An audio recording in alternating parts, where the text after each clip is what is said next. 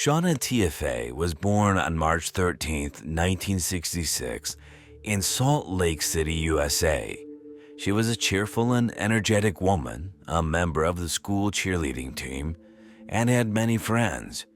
After completing her education, Shauna worked for some time in her home state, but at the age of 29, she decided to move to Las Vegas. She liked the vibrant pace of the city, which offered many more opportunities to earn money. After moving, Shauna worked as a cosmetic salesperson in several elite firms, but in 2001 she decided to become a waitress at the Palms Casino. At that time, the establishment had just opened, but it quickly became one of the most popular casinos in Vegas. It was at this job that Shauna met her future husband, George. He often visited the casino, and a romance quickly developed between them. A year after they met, the couple had a daughter, Madison. A few years later, they officially got married. It seemed that this family had a happy and carefree future ahead of them. George worked as a firefighter, paid a lot of attention to his wife and daughter, and always took care of them. Shauna worked at the casino, earning quite decent money there, but in 2008, their relationship began to deteriorate. Due to the financial crisis, George lost a considerable portion of his savings, which were invested in real estate. On this basis, he became nervous and irritable, increasingly venting his anger on his wife and daughter.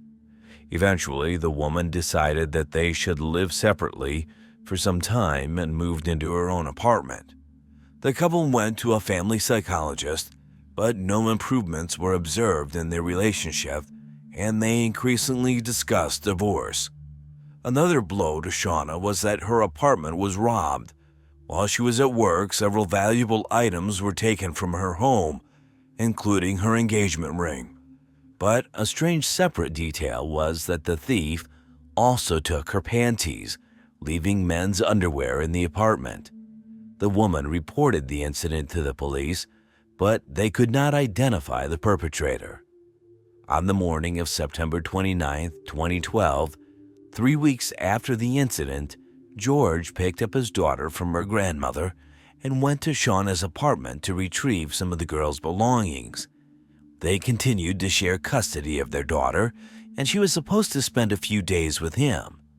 As they approached the apartment, they saw that the garage door was open. When they entered the apartment, they were met with a gruesome sight. Shauna was lying on the floor, blood everywhere. Her 8-year-old daughter witnessed a horrific scene. George immediately called the police and reported what had happened. The 911 operator asked them to go outside with the woman and wait for the officers. Investigators began to study the crime scene and determined that Shauna was likely attacked near the stairs on the second floor of the apartment. The house was in complete chaos. Many things were scattered and broken, indicating a struggle between the victim and the perpetrator. Medical experts found serious injuries on Shauna's body and initially thought that her death may have been caused by a gunshot wound. However, they soon realized that all these injuries were inflicted by a heavy, blunt object, most likely a hammer. After interviewing neighbors, the police received 2 leads between 3:30 and 4 a.m. One of the residents in the same building heard some noise from the woman's apartment. He didn't pay much attention to it because he knew that Shauna was coming home from work at that time. Another neighbor found her phone, documents, and cosmetics on a nearby street, which indicated that the perpetrator either intentionally threw them away while fleeing the apartment or accidentally dropped them. Investigators reconstructed the timeline of events that night. On surveillance cameras at the casino and its parking lot, they saw Shauna finishing her shift and leaving for the parking lot. Nothing on the footage indicated that the woman was alarmed or in any danger.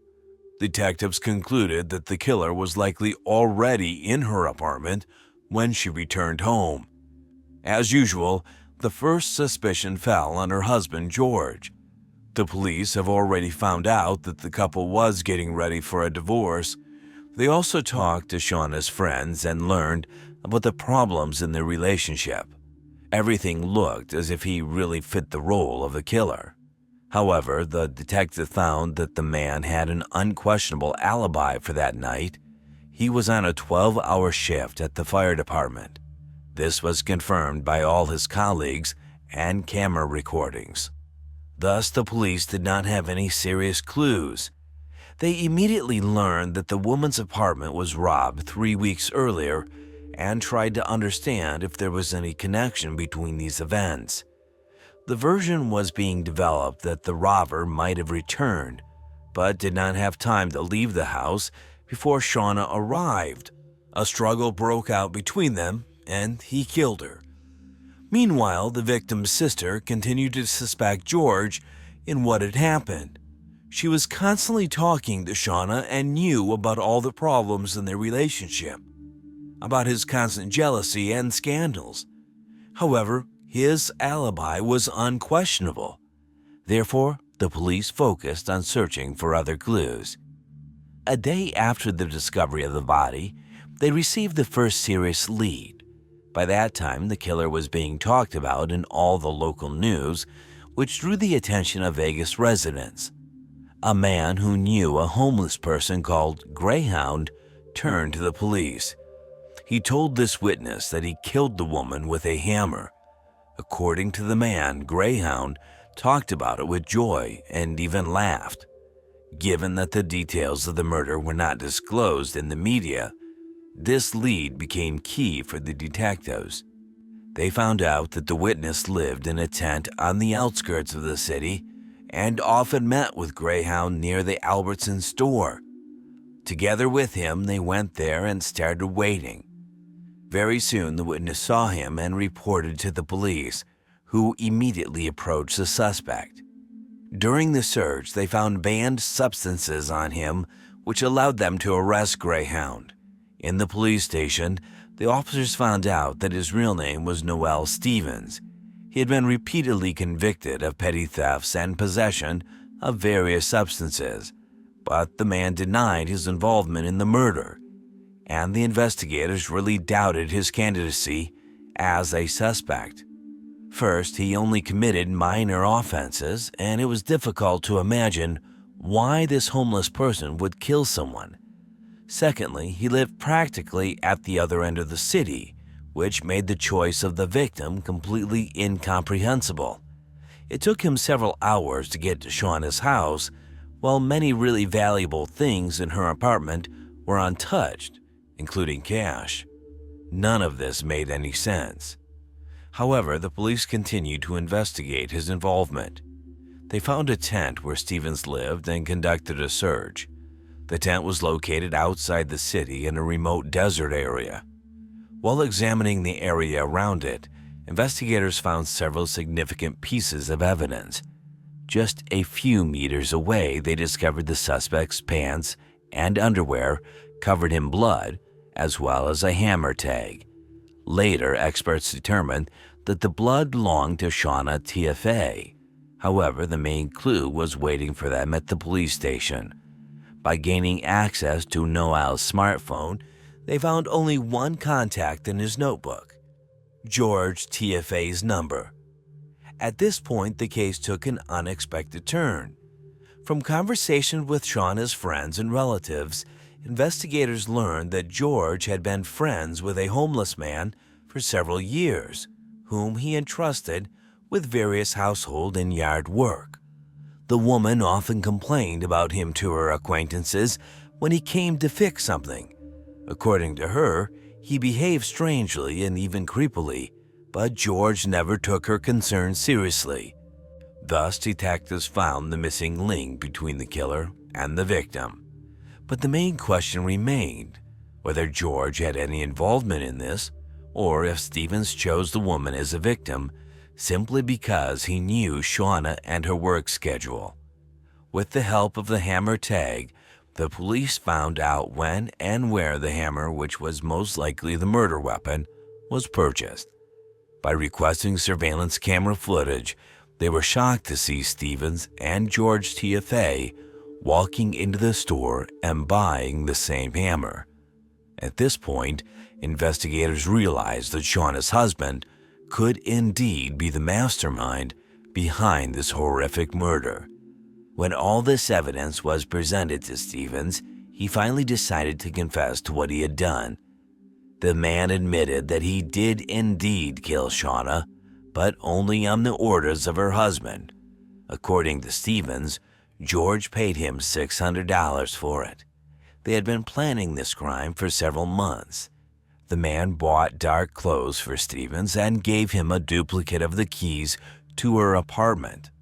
3 weeks before the murder, he asked the homeless man to break into her house and stage a robbery so that later the police would be confused and conduct their investigation along that line. On the night of the murder, Stevens snuck into her apartment again and waited for the woman to come home. After she arrived and began to walk up to the second floor, he came out of his hiding place and attacked her. Stevens said he struck her about 17 times, causing the hammer to break. The killer agreed to show detectives the location, near a campsite, where he buried his weapon. With Stevens' confession and a multitude of evidence, the police charged George. His relatives were shocked because he had always been a caring and loving family man who helped people. Upon learning of the accusations, George's sister called him and told him that he was suspected of murder. Immediately after the call, he got into his pickup truck and tried to leave town. However, at the exit, the man crashed into a fence and flew off the road. The police who arrived at the scene concluded that he deliberately caused the accident in an attempt to take his own life, and there were no tire marks on the path of the car. George did not even try to brake, but only pressed on the gas pedal. However, he did not succeed in his goal. With medium injuries, the man was taken to the local hospital. 2 days later, the police informed him that he was arrested for murder. George's reaction was very calm. He asked to contact his lawyer and also to allow him to take a shower and brush his teeth. From that moment on, the police department began preparing to transfer the case to court. 3 months later, Noel Stevens agreed to make a full confession in exchange for a waiver of the death penalty. George Tiaffay refused to admit his guilt, and the trial against him only began 3 years later in August 2015. At the hearings, he did not utter a word, entrusting all the work to his lawyer. His relatives acted as witnesses and spoke about how George could never have done such a thing to his wife and could not be involved in her murder. His defense was based on the fact that Stevens killed Shauna on his own initiative, and her husband knew nothing about it. According to the lawyer, the store camera footage did not prove anything. It only showed how George and Noel were buying tools that the latter needed for housework. The prosecution did not believe in such a scenario. In court, they presented a printout of George's phone calls, according to which the man called Stevens 87 times in September 2012, 5 of which were made shortly before the murder. Based on Stevens' testimony, the prosecution concluded that money was the motive for the murder. George lost a significant portion of his savings due to the crisis, resulting in Shauna becoming the main breadwinner in the family. She earned over $100,000 a year, while George's income was only half that amount. He realized that in the event of a divorce or property division, he would be left with nothing, so he decided to get rid of his wife. Stevens initially didn't believe him when he spoke about the murder. Prior to this, they had been friends for several years, and Noel had actually done various work around the house and property for a small fee. In the end, George offered him $5,000 to kill his wife, and he agreed. According to his testimony, the man planned to get this money from an insurance company after Shauna's death. Despite Stevens revealing all the details of the murder and how he and George planned the crime, there were certain difficulties during the trial. The results of Stevens' medical examination were presented during the hearing, which showed that the man often suffered from visual and auditory hallucinations and regularly took potent banned substances. He did not deny either of these points, so all of his words were questioned by the defense lawyer. Because of this, neither side was sure of the outcome when the jurors began to deliberate. It took them 3 days. In the end, George Tiaffay was found guilty of conspiring to commit murder. When the judge pronounced these words, George showed no emotion. He was sentenced to life in prison with an additional 81 years for the remaining charges, including conspiracy to break into a home and robbery. Soon after the verdict, George filed a 107-page appeal in which he confessed to the crime in the third person. He wrote that prescription drugs had clouded his mind, causing him to be unable to distinguish between good and evil. All of this led him to believe that killing his wife would be the only way to protect their child. George revealed that he had suffered a serious injury several years before the murder, but the court did not appoint a psychological examination for him. Despite this, in 2017, the court rejected his appeal because there was no reason to doubt that his mental state prevented him from clearly understanding what was happening. Since George's arrest, their daughter has been living with her maternal grandmother and has been actively helped by her sister Shauna. At one point, this girl lost both of her parents and learned what a monster her father was. He deliberately took her to the apartment, knowing in advance what she would see. Obviously, he did this to provide a more reliable alibi without caring about the consequences for his child's mental health. As for Stevens, he received a 42-year prison sentence. Considering that this man spent most of his life on the streets, it would be foolish to consider such a sentence as punishment. Lindy Sue Beekler was born on January 31, 1956, in Lancaster, Pennsylvania. When she was young, her parents divorced and she stayed with her mother. Her father started a new family but continued to see his daughter regularly. Soon, he had a son with whom Lindy was in constant communication.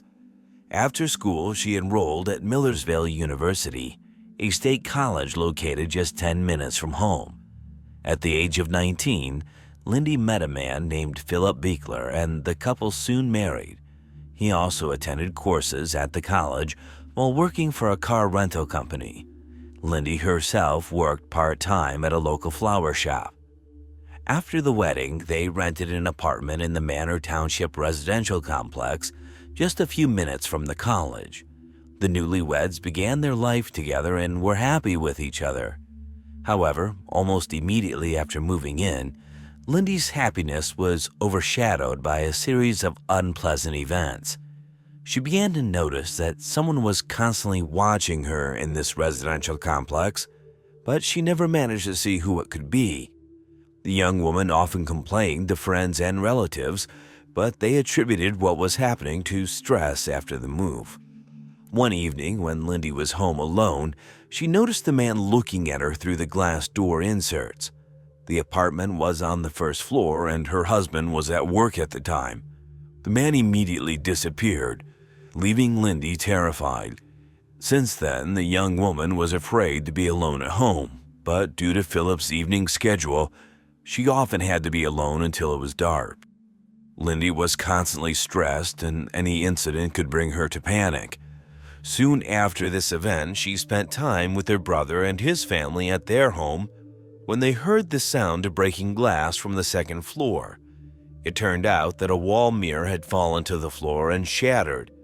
The young woman was so scared that she started shaking. She asked her relatives to go around the whole house and make sure that no one else had broken in. All this stress was the result of the fact that some unknown man had been watching her for several months. But all of her acquaintances still believed that the young woman was overreacting and that nothing serious was happening to her. On December 5, 1975, Lindy finished her shift at a flower shop and stopped by her husband's workplace before heading to a local store to do some shopping. Around the same time, her aunt and uncle went to their son's basketball game and decided to invite Lindy along as they knew she was afraid to be alone at home and wanted to distract her for a few hours. They arrived at her apartment at around 8:45 p.m. Lindy's aunt approached the door and found it open, which immediately alarmed her. She went inside and saw a knocked-over lamp in the living room, but the worst was waiting for her in the kitchen.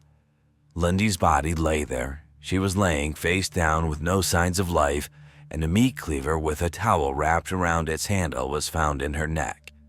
Lindy's aunt immediately called the police, and detectives began investigating the crime scene. The first thing they noticed was that Lindy was fully dressed, which cast doubt on the motive being related to rape. Additionally, no valuables were missing from the apartment, ruling out robbery as a possibility. There were no signs of forced entry on the front door or windows, suggesting that Lindy either knew her attacker and let them in voluntarily, or the attacker entered the apartment when the door was left unlocked. The fact that Lindy had purchased a lot of groceries and physically couldn't have carried all the bags from the parking lot to her apartment in one go suggests that her killer may have entered the apartment just after she had taken the first load inside and gone back to her car for the second. While the police were investigating the crime scene, Lindy's husband and parents were informed of what had happened. The grieving family members were desperate to see Lindy and had to be restrained by detectives. Forensic investigators found bloodstains on the floor and walls, but DNA testing was not available at the time, so they could not compare these samples to Lindy's DNA. They did conclude that Lindy had put up a fight with her attacker. A male shoe print was found in one of the rooms, and medical experts determined that Lindy had received 19 blows from a sharp object. The perpetrator had used two weapons, the meat cleaver from Lindy's kitchen and a second weapon, presumably a knife, that was never found. Later, it was confirmed that Lindy had indeed been sexually assaulted, but DNA evidence could not be extracted from the crime scene. At the time, DNA testing was not advanced enough to be of much help in solving the case. The police had hoped to find witnesses, but none of their neighbors were home at the time of the murder. Other residents did not notice anything suspicious. However, several people reported seeing a car parked in the residential complex parking lot from around 7 p.m. to 8:40 p.m., which coincided with the time of Lindy's murder. Additionally, none of the residents knew the owner of the car. Unfortunately, detectives were unable to locate it and switched to another line of investigation. As is often the case in such situations, the victim's husband became a suspect. Despite Philip being at work and having a solid alibi, investigators did not rule out his possible involvement. Over the next few months, detectives interviewed about 300 people who could have been involved in the murder, but all that yielded no results. At some point, they began to suspect a local serial rapist who had committed several attacks on women around the same time Lindy was killed. However, they were unable to find any evidence linking him to the case, and the culprit himself died during an attempt to escape from prison. Moreover, investigators found out that at the time of the murder, he was at work, and eventually, they stopped considering him as a suspect. 4 months after the murder, there was a new twist in the case. A 43-year-old woman named Mary was killed 25 kilometers away from Lindy's apartment. She received multiple stab wounds, and the detectives immediately noted that these murders were almost 100% similar. But soon the culprit was caught, and investigators could not find any connection between him and Lindy. The man admitted to killing Mary but denied involvement in the other crimes. After that, the police had no leads, and the case went cold for a year. On December 26, 1976, Lindy's relatives went to visit her grave at the local cemetery. Upon arriving, they saw that the gravestone was covered in red paint and heavily scratched. They immediately reported it to the police, but they were unable to find the vandals. Investigators concluded that the perpetrator of the desecration may have been Lindy's killer, as no other graves were damaged. The nature of the damage also supported this theory, as the criminal clearly harbored animosity towards the deceased, in addition to the obvious association with the red paint. By using a knife or sharp object, the perpetrator had to have spent a considerable amount of time damaging the stone in order to completely cover it with deep scratches. Just a few weeks later, something even stranger happened. Chief Donald W. Scheller, whose department was investigating Lindy's murder, received an anonymous 2-page letter. The first part was written from the perspective of the killer, who taunted the police for not being able to catch him yet. The author took responsibility for the vandalism of Lindy's grave and demanded that the letter be published in the next day's local newspapers. In exchange, the anonymous writer promised to consider surrendering to the police. He then went on to provide several characteristics to help investigators identify him, claiming to be 178 centimeters tall, weighing 93 kilograms, living in the western suburbs of Lancaster, having a good job, being single, and having been caught a few years earlier for possession of illegal substances. On the day of the murder, he was also under the influence of drugs. The last part of the letter was a plea for help, with the unknown author asking to be caught before he killed anyone else. The second page was a separate letter allegedly written by the killer's friend, named Jenny Scrum. She wrote that her acquaintance truly intended to surrender once his letter was published in the newspapers, and added that the man was mentally ill. She purportedly added this message while he was sleeping, before placing both sheets in an envelope. Police believed that the author could indeed be Lindy's killer, but they did not believe the second part about his friend Jenny. Despite being written in a different handwriting, investigators believe that the perpetrator may have asked someone he knew to write it or use some other method to forge the handwriting. They also failed to notice the similarity of this message to the letter sent by a serial killer nicknamed the Zodiac Killer, who operated in California in the 60s and 70s, regularly communicating with the police and newspapers through anonymous text messages. Investigators even considered that he might have been responsible for Lindy's murder. However, this theory was highly stretched. Firstly, the killer was operating on the opposite side of the country. Secondly, by the time Lindy was killed, according to the police, the Zodiac Killer had already stopped his killings. Chief Donald W. Scheller decided not to publish the letter in the newspaper as the author requested. At that time, the police had 2 suspects and they did not want to compromise the investigation. Detectives did not believe that the culprit would surrender and saw no point in scarring residents with a letter from a madman. Eventually, they began to doubt that the author was actually Lindy's killer. The letter did not contain any details that had not already appeared in the newspapers.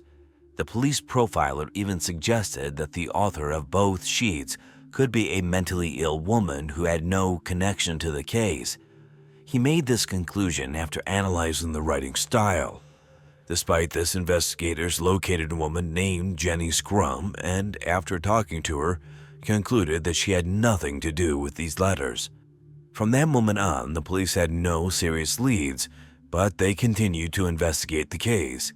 At various stages, they had new suspects. Lindy's mother's partner, a regular visitor to the flower shop where she worked, and even one of the investigators on the case. After brief checks, detectives came to the conclusion that none of them were involved in the murder. In 1980, the police had another chance to solve the case. In Florida, they arrested serial killer Gerald Stano, who admitted to killing 41 people.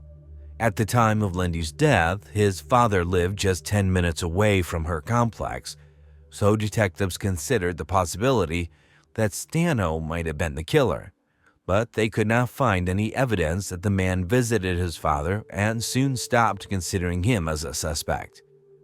In 1997, experts were able to extract a male DNA profile, discovering traces of semen on the victim's underwear. This sample did not match any of the suspects that investigators had for 23 years. Since then, the police have not had any significant leads, and the case went cold. It was reviewed in 2000, but with no results in the same year, detectives decided to publish a letter in newspapers, supposedly written by the killer, hoping it would help them get new leads, but it didn't. Lindy's parents never found out the truth about her murder. Lindy's father passed away in 2000 and her mother in 2007. The next major breakthrough only occurred in 2019 after the case was reopened again. Investigators decided to turn to a private laboratory called Parabon Nanolabs, which specializes in genetic research and has helped solve similar cases in the past. Using an innovative method called DNA phenotyping, experts were able to create an approximate portrait of Lindy's killer at the ages of 25 and 60. This method works by studying the criminal's DNA sample and finding information about possible physical traits, such as skin color, eye color, hair color, and so on. Such portraits often turn out to be very similar to real DNA holders, although there are exceptions. The killer's portraits were widely distributed through the media. Investigators hoped someone would recognize this man, but in the end, they didn't get any serious leads. A year later, they turned to Parabon Nanolabs again, this time to use the method of genetic genealogy. This is also a relatively new method that allows experts to find possible relatives of any person based on their DNA. Investigators provided them with a genetic sample from Lindy's killer and waited. The main drawback of this method is the incredible complexity of the research. Experts have to study thousands of people, eliminating unsuitable candidates until they finally find a relative of the DNA holder. After many months of hard work, they were able to find a person who was distantly related to the killer. He turned out to be a resident of Italy, and now investigators could begin to examine his family tree. They were looking for a man who was in the USA in 1975 and lived near Lancaster. To do this, they had to locate and question a huge number of relatives. In Lancaster alone, there were 2,500 people related to the killer by distant kinship.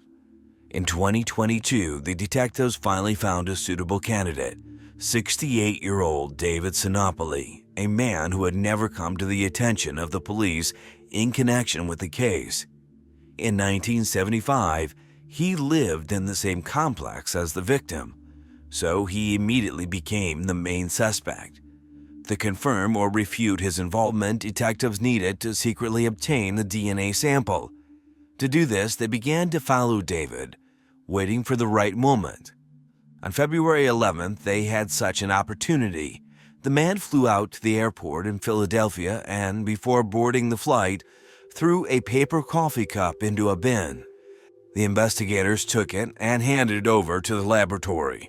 Experts extracted his DNA sample and compared it with the semen DNA found on Lindy's underwear. The analysis showed a complete match. David was the killer. He was arrested on July 17, 2022, and is currently awaiting trial. At the time of Lindy's murder, he was 21 years old. He moved into the residential complex a year before the victim moved there with her husband. David was married twice in 1972 and 1987. According to available information, he did not have children. He spent most of his life working at a printing press in a local printing house, and his colleagues were shocked that their good acquaintance turned out to be a ruthless killer. David is now in custody, and additional details will only emerge after the start of the trial. But even now, there is virtually no doubt that he is the killer. Experts also compared his DNA to the blood found in the victim's apartment, and the analysis showed a complete match. Lindy's ex-husband and brother thanked the investigators for being able to uncover the truth, and now the guilty party will be punished. Thus, this complex and convoluted case was solved with the help of innovative technologies almost 47 years later. Genetic genealogy is a unique tool that allows the police to find perpetrators based on the tiniest DNA samples stored for half a century. Jennifer Hallen was born on February 23, 1988, in a small American village called Wimberley, Texas. She had loving parents, a sister named Diana, and a carefree, peaceful childhood. Soon, her family moved to a city called Bryan, which was about 200 kilometers from her native village. After finishing school, the young woman entered a local college called Blinn College, where she planned to study to become a legal assistant and hoped to connect her future life with jurisprudence. She had many friends who spoke of her as a kind, hard-working, and friendly young woman. She always looked at life positively and looked forward to her future career.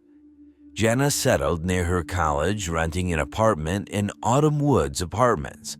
She also got a job as a waitress in a local restaurant to cover her housing expenses and not rely on her parents financially. Despite a busy schedule in which she had to combine studying and working, Jenna often spent time with her boyfriend, Spencer Hood. They had been dating since high school but lived separately. Even after Jenna moved into a rented apartment, their relationship had been going on for several years, although the couple argued periodically. On April 8, 2008, Jenna, who was 20 years old at the time, finished her shift and at around 9 p.m. headed home. Since Spencer studied with her at the same college and lived nearby, Jenna invited him over to help each other with their homework. At around midnight, Spencer said goodbye to Jenna and went home. About half an hour after that, they briefly talked on the phone, after which they wished each other good night and went to sleep. On the morning of April 9th, Spencer discovered that he had left his textbook at Jenna's place, which he needed for a lecture. Around 11:30 a.m., he went to her house to retrieve it.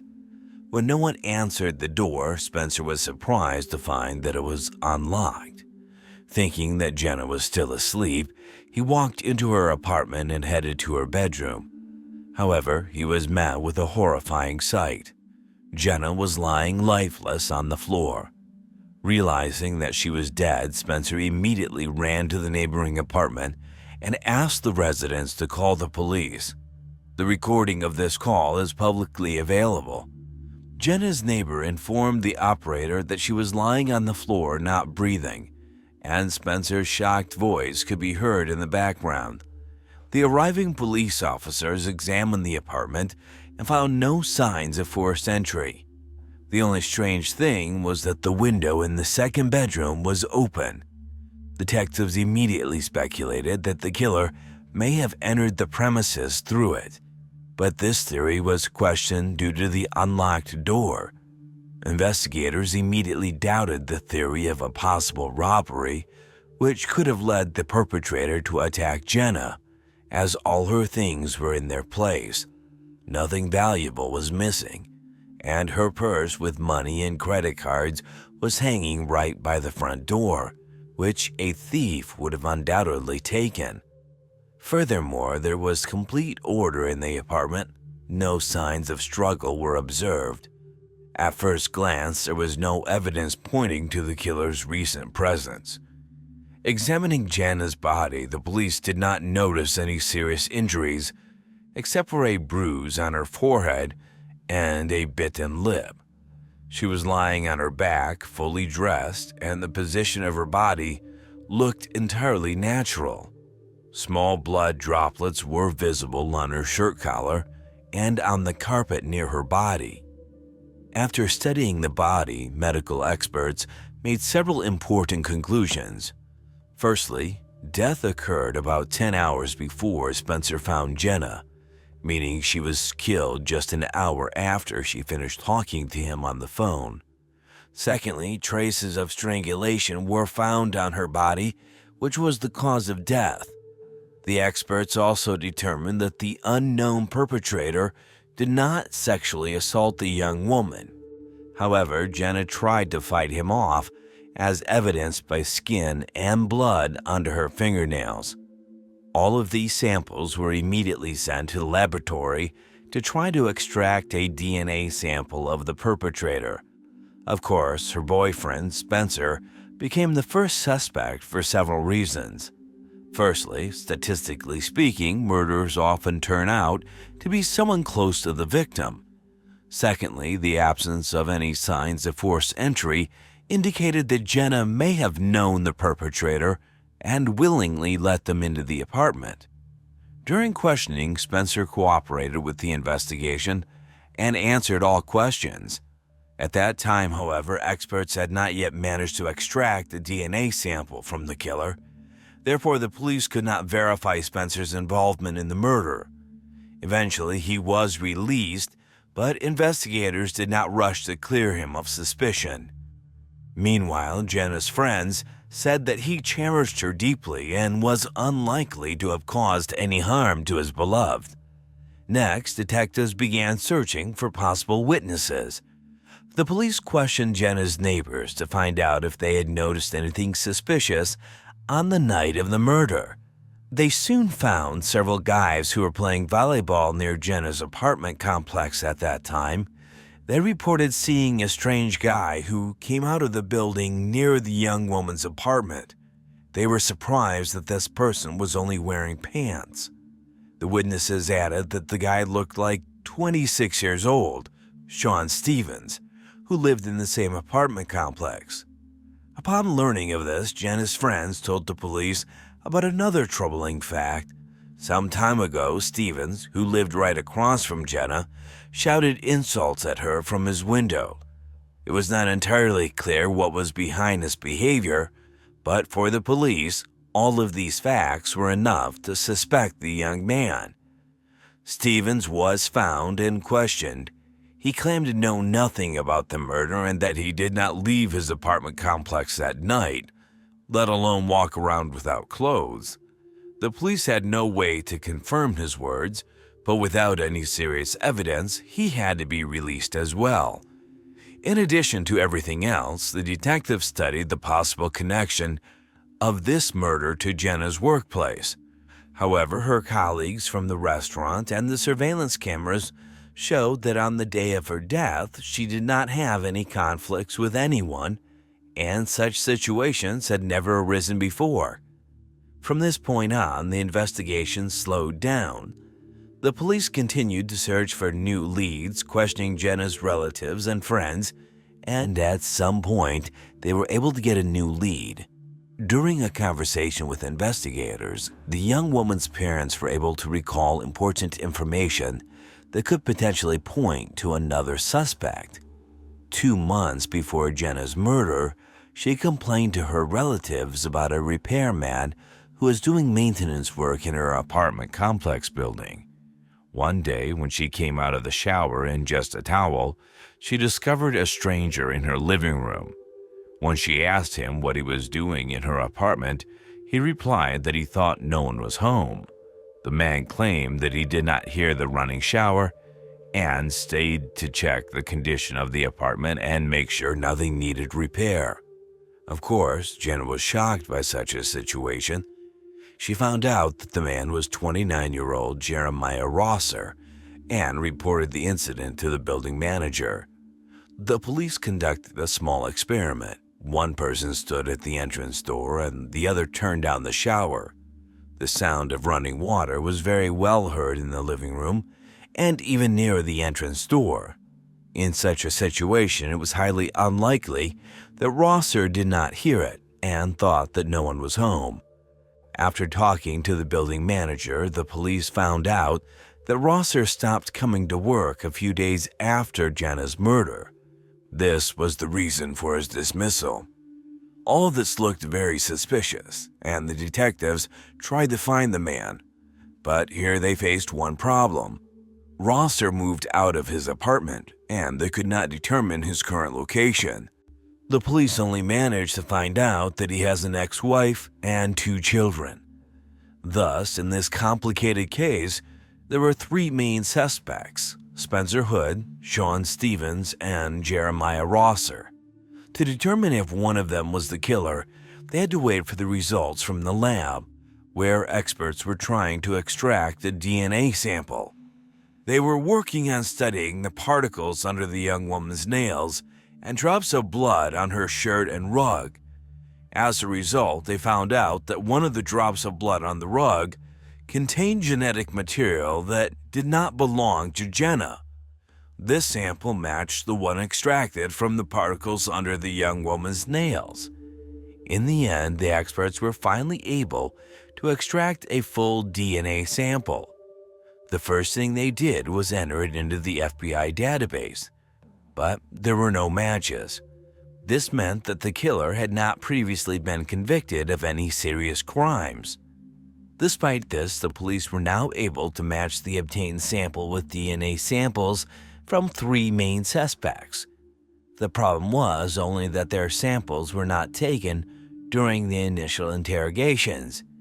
Detectives tried to contact them and were surprised to find out that all 3 had left town and their current location was unknown. The police immediately began searching for them. Meanwhile, investigators decided not to sit idly by and use the killer's DNA sample. They began voluntarily collecting DNA samples from men who lived in the same complex as Jenna and worked in her restaurant. In total, they managed to obtain 50 DNA samples, but none of them matched the one found at the murder scene. Meanwhile, the police finally managed to find Spencer, who turned out to be 3 hours' drive from Brian at his parents' house. The young man explained that he could not cope with Jenna's death and decided to spend time with his family to distract himself from this tragedy. He voluntarily provided his DNA sample, which was immediately sent to the laboratory. The young man also allowed experts to examine his body for scratches that would undoubtedly be on the killer. After all, his pieces of skin were found under Jenna's nails. Following this, the police managed to establish Stevens' location, who also went to visit his parents, who lived 720 kilometers from Blinn College. He voluntarily provided his DNA sample, which was also sent to the laboratory. While the police were waiting for the results from the laboratory, they had to find the last suspect. This turned out to be much more difficult. The police managed to contact Rosser's ex-wife, who shared some troubling facts. According to her, when their marriage was nearing divorce, Rosser was behaving aggressively towards her. He raised his hand to her, knocked her down, and tried to strangle her. In addition, he often caused scandals, which made it impossible to live with him, and the marriage ended in divorce. All of this happened around the same time that Jenna was killed. Thanks to his ex-wife, the police were able to locate Rosser. This happened in early October, 7 months after the murder. During the interrogation, he behaved quite calmly, answering all the detectives' questions. Additionally, the man had never been arrested in his life. He denied his involvement in the murder and voluntarily provided his DNA sample. The police also searched his car and found some interesting discoveries. A laptop was found in the car, whose serial number was listed in the theft report. A few months before Jenna's murder, her neighbor contacted the police after her laptop disappeared from her apartment. But that wasn't the worst part. The police also found keys to several apartments in the residential complex where he worked. Considering that he was fired a week after Jenna's murder, Rosser had no right to keep the keys, and the manager was obliged to confiscate them. All of this indicated that the man was engaged in petty theft. But could he move on to cold-blooded murder? Meanwhile, experts from the laboratory tested all 3 DNA samples. It turned out that Jenna's boyfriend and her neighbor had nothing to do with the murder. but Rosser's DNA sample matched the sample found under the victim's nails. Upon receiving the results, the police immediately arrested Rosser, but despite the DNA match, he continued to insist on his innocence. Of course, this did not help him in any way, and the man was charged with Jenna's murder. Since Rosser was not eager to disclose the details of that night, the investigators came up with their own version of what happened. Apparently, Rosser broke into Jenna's apartment with the intention of committing robbery, using a key to her door. This could have happened in the evening before 9 p.m. when the young woman had not yet returned home from work. Perhaps Rosser did not have time to commit the intended crime because Jenna came home with her boyfriend, and the criminal had to hide in the second bedroom, where he waited for Spencer to leave. It is possible that it was Rosser who opened the window, hoping to quietly leave the apartment through it, but it did not work out for him. After waiting for Spencer to leave and hearing Jenna wishing him good night over the phone, Rosser could finally try to leave the apartment through the front door. There are two possible scenarios for what happened next. Either he tried to leave the apartment, but Jenna noticed him first and in a panic he attacked her, or he intentionally went to her room planning to commit murder. The police even suggested that he killed the young woman because she resembled his ex-wife. Considering that the man refused to admit his guilt, the case was taken to court. The wait for the trial to begin dragged on for many months, as is often the case in the state's legal system. However, just 2 weeks before the trial was set to begin, something unexpected happened. In December 2009, more than a year after his arrest, Rosser finally admitted his guilt. He entered into a plea agreement with the prosecutor in the hope of reducing his sentence. The man also asked the investigation not to involve his family in the legal process. His parents and 2 children from his ex-wife were among them.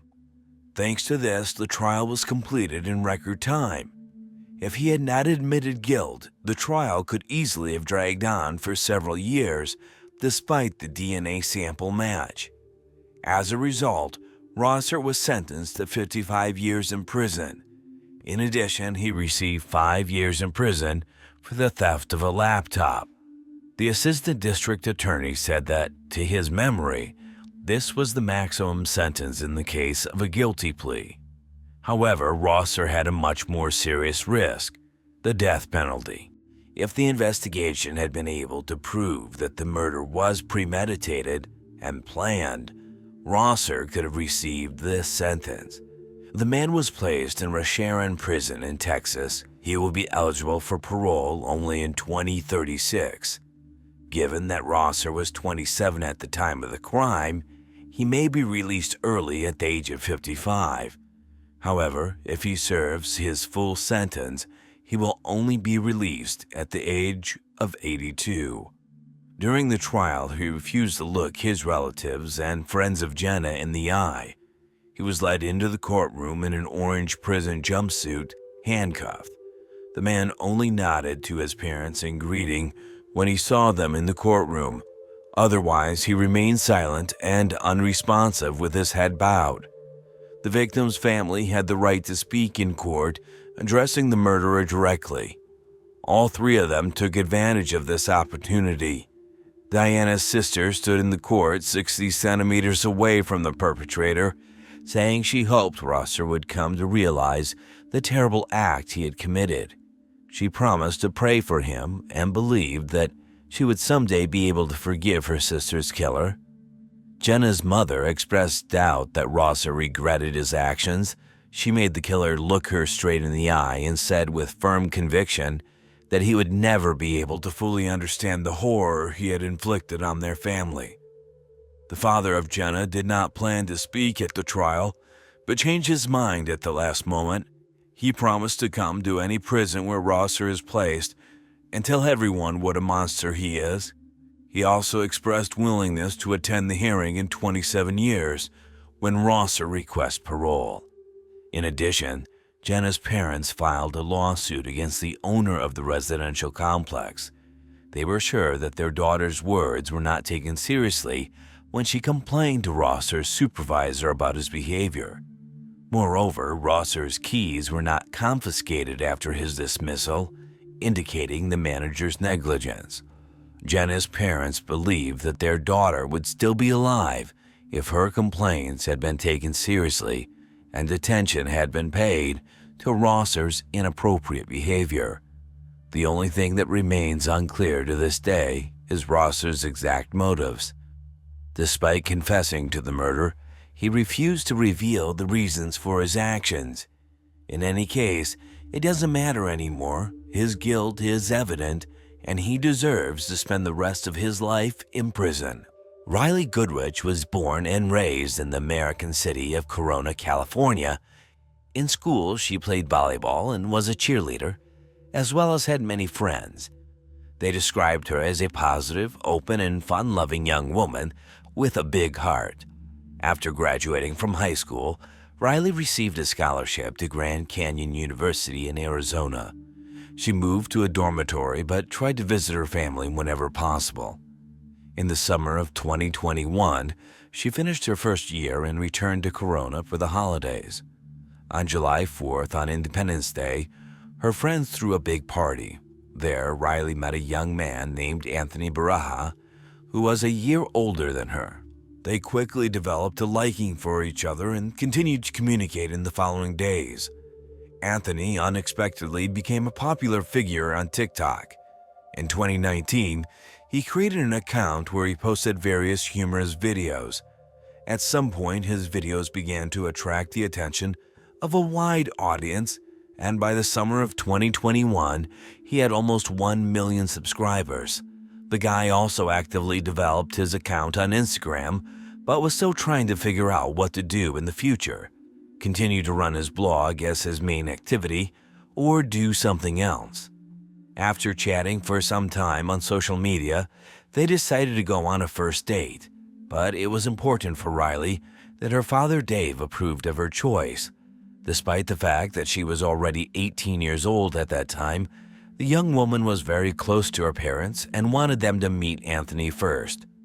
At first, the young woman's father was skeptical, mostly because Anthony made a living through TikTok. It all seemed not very serious to him. However, when they met in person, Anthony made a good impression on Dave, and the father approved of his daughter's choice. The guy seemed to him kind, well-mannered, and overall a positive person.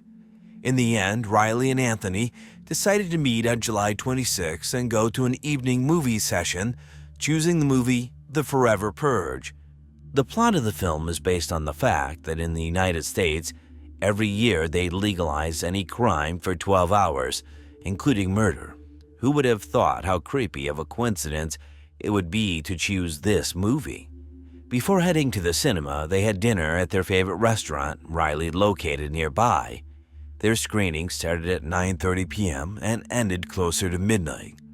Considering it was a weekday, there were not many people in the theater. During the movie, Riley messaged her mother that the film seemed boring to her, but she still enjoyed the date with Anthony. The young woman did not contact her mother anymore after that. When the movie ended, a theater employee went into the hall to clean up the room. To his surprise, he found Riley and Anthony there. From a distance, it seemed to him that the couple was just sitting or sleeping in their seats. But as soon as he took a few steps towards them, he was horrified to discover that both visitors were seriously wounded and unconscious.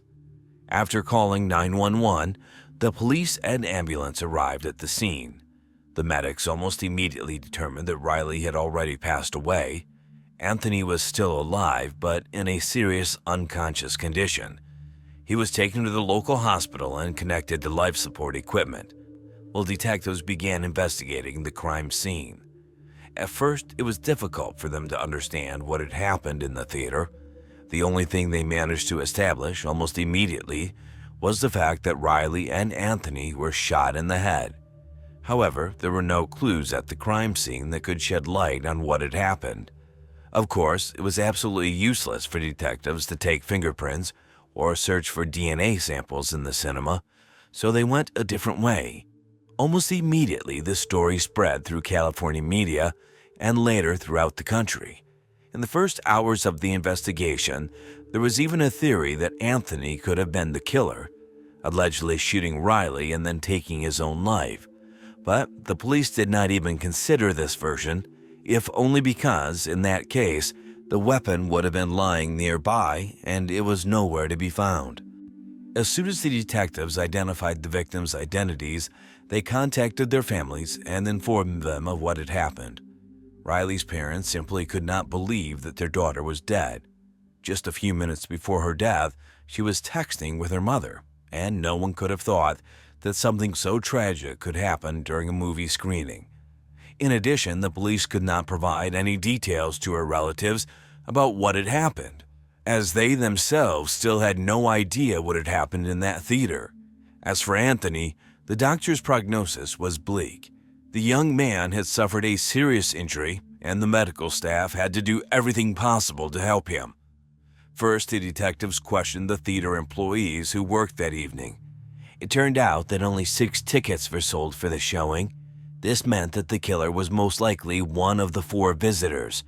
There was another aspect that puzzled not only the police, but also everyone who learned about this incident from the news.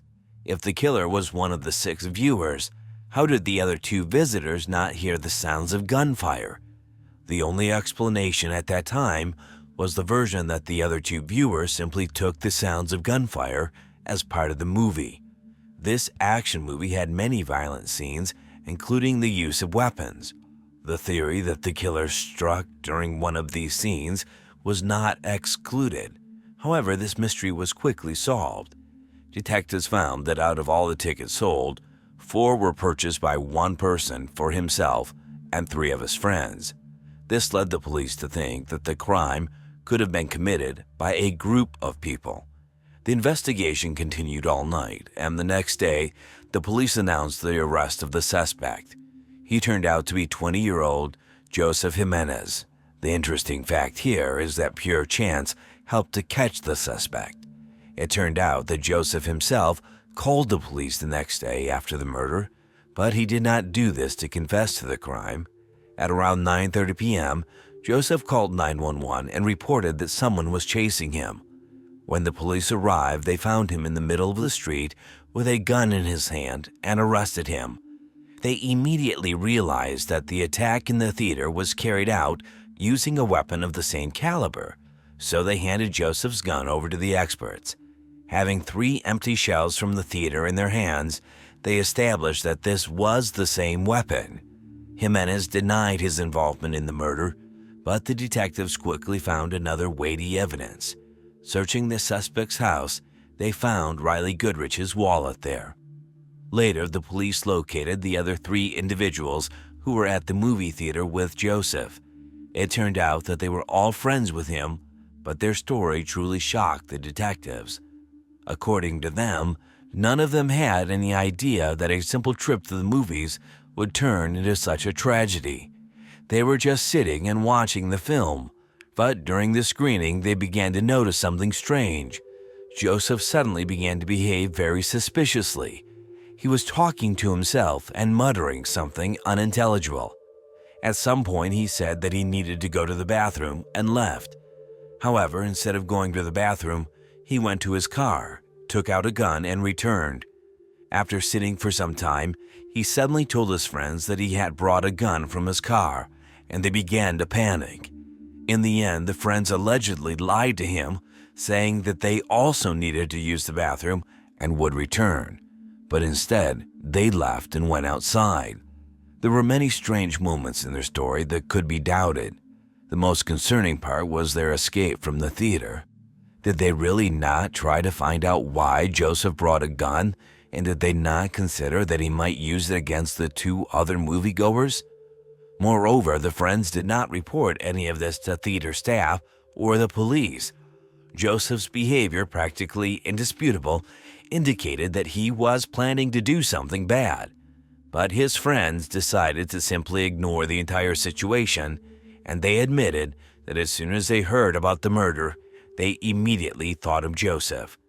All of this was enough to arrest Jimenez on 3 charges: murder, attempted murder, and robbery. At that time, Anthony was still on life support, but in the end, the doctors could not help him. On the evening of July 31st, he passed away without regaining consciousness. In connection with this, Joseph was charged with an additional count of murder, which carried the possibility of a death sentence. While detectives tried to get any information from him, hundreds of concerned people held a farewell ceremony in memory of Riley and Anthony outside the movie theater.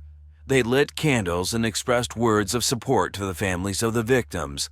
It was then that it became known that long before the incident, Anthony had signed papers allowing his organs to be donated to those in need in the event of his death.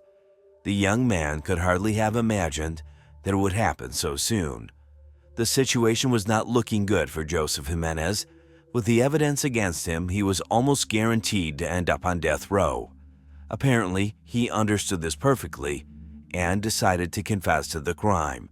However, his story raised even more questions.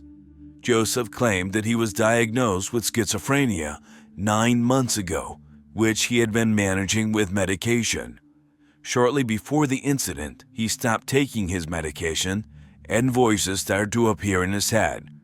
At first, they told him that someone was going to steal his car and TV, but later they threatened to kill his entire family.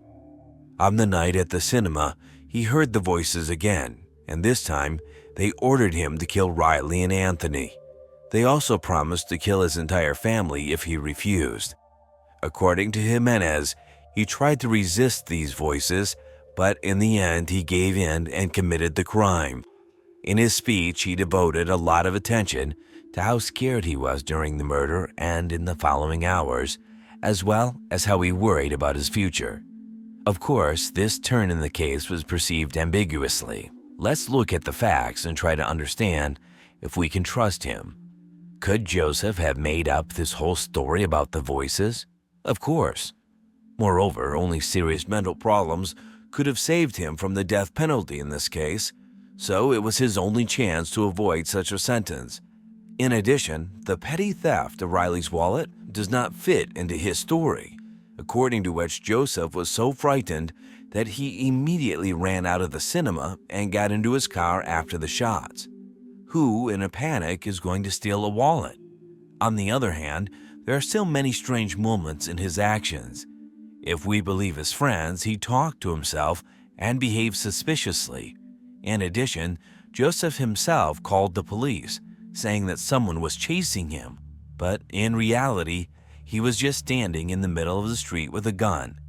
If we assume that all of this was a planned game, the plan to avoid responsibility seems too complicated. But if we still consider such an option, the situation could have developed in a completely different way. During the movie, Joseph realized that there were only 2 random people in the theater who he could rob. He went to his car to get a weapon, but something went wrong, or perhaps he truly intended to commit murder. It's possible his friends were even present at the time and didn't leave the theater. However, it's unclear why he didn't take the victim's smartphones if that was his motive, and why did he call the police the next day instead of hoping not to be caught. Additionally, Joseph had no criminal history and had never been in trouble even for minor offenses. It's hard to imagine someone without a criminal past suddenly committing double murder over a wallet, especially with such a high likelihood of being caught. In late September, the first court hearing took place, during which Joseph pleaded not guilty, citing his mental state. This doesn't mean he denies involvement in the murders, but now the court needed to consider the issue of his sanity. Jimenez stated that he would only plead guilty if deemed insane. The next court hearing was scheduled for the first half of 2022.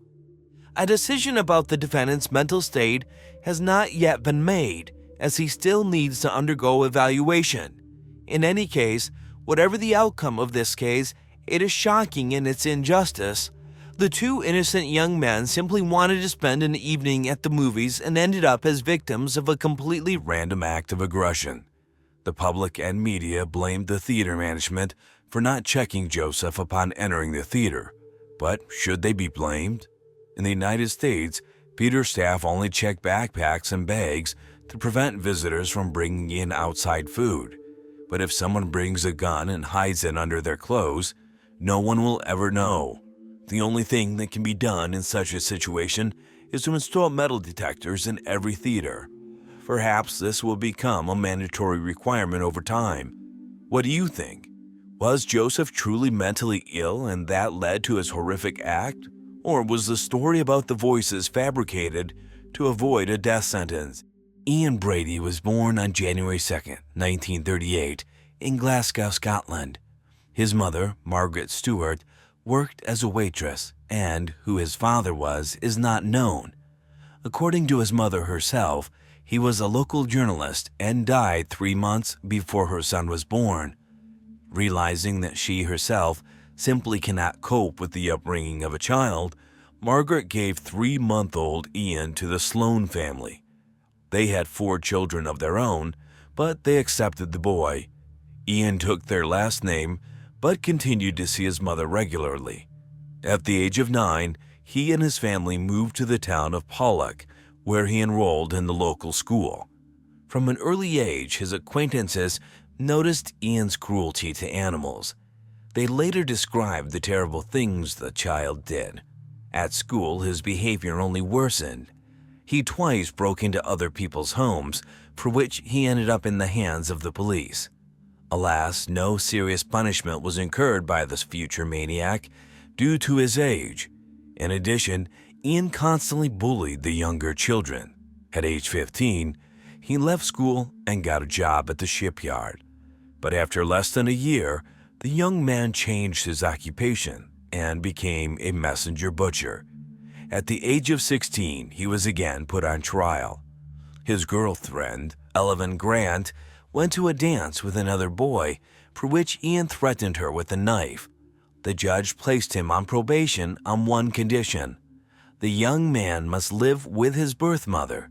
So he did, moving to Manchester to live with his mother and her new husband, Patrick Brady.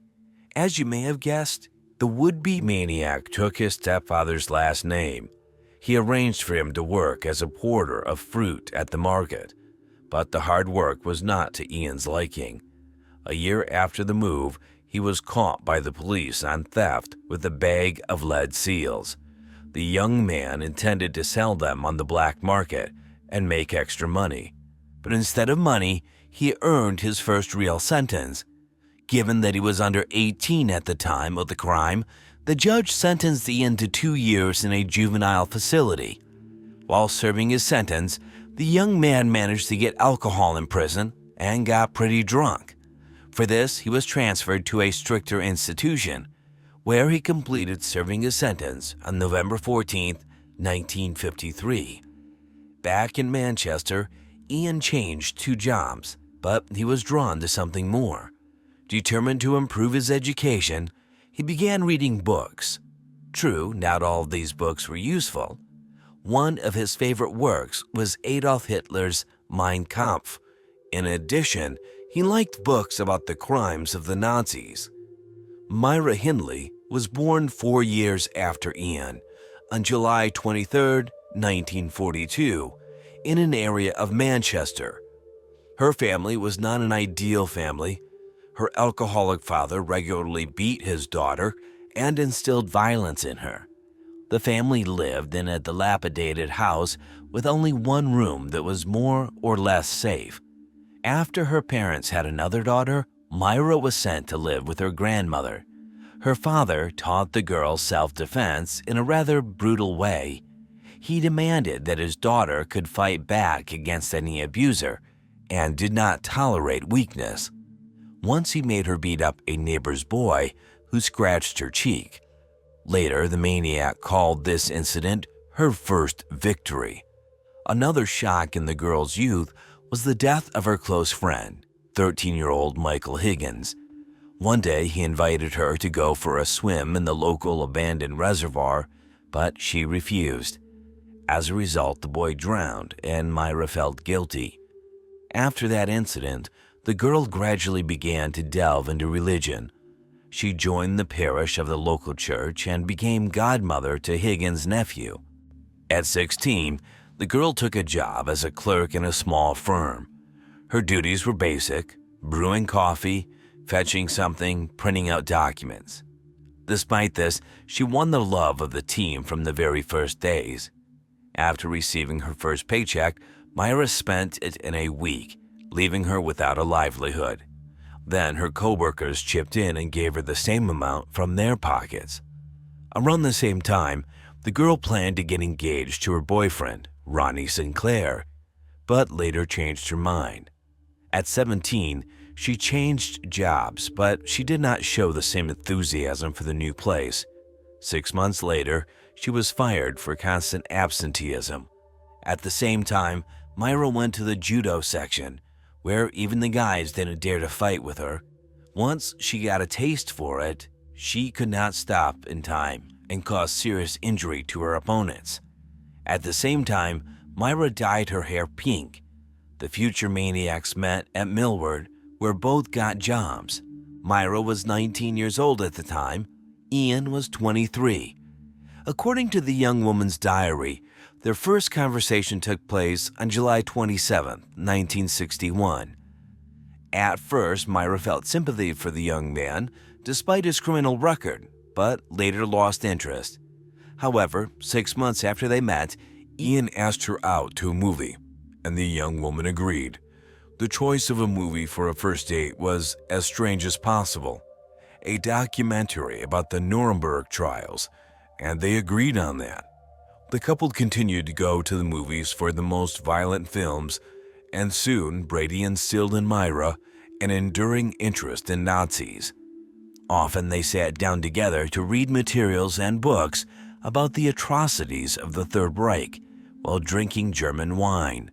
Because of her new fascination, Myra began to imitate the Aryan young woman model. She dyed her hair white and started using dark red lipstick. Later, she dramatically changed her style of dressing to a more candid: short skirts, leather jackets, and high-heeled shoes. The couple continued to work together, but every day they paid less and less attention to the team. To call their relationship perfect at the time was impossible. In a letter to her old friend, Myra once reported that Ian had slipped her sleeping pills. A few months later, she asked him not to pay any attention to that letter. Considering that the couple had little money in those years, they began to look for ways to get rich quickly. Eventually, Ian and Myra decided to rob a bank. The young woman rented a van and tried to learn how to shoot, but she failed to master the skill. Despite this, she eventually acquired a rifle and 2 revolvers. Eventually, the couple decided to abandon the idea. They were probably well aware that without the proper training and experience, they would not succeed. Instead, they really got into photography and bought professional equipment. But they only took pictures of each other, and not in a very decent way. 2 years after meeting, in June 1963, Ian came to Myra and her grandmother. A little later, they were given new housing under a government program, since the old one was considered unsafe. It was also at this time that Brady first voiced to Myra his deepest dream of committing the perfect murder. He was inspired by the book Coercion by Meyer Levin, in which 2 teenagers planned to kill a 12-year-old boy and avoid the death penalty. The young woman was not deterred by this revelation and agreed to help her lover. The plan was very simple.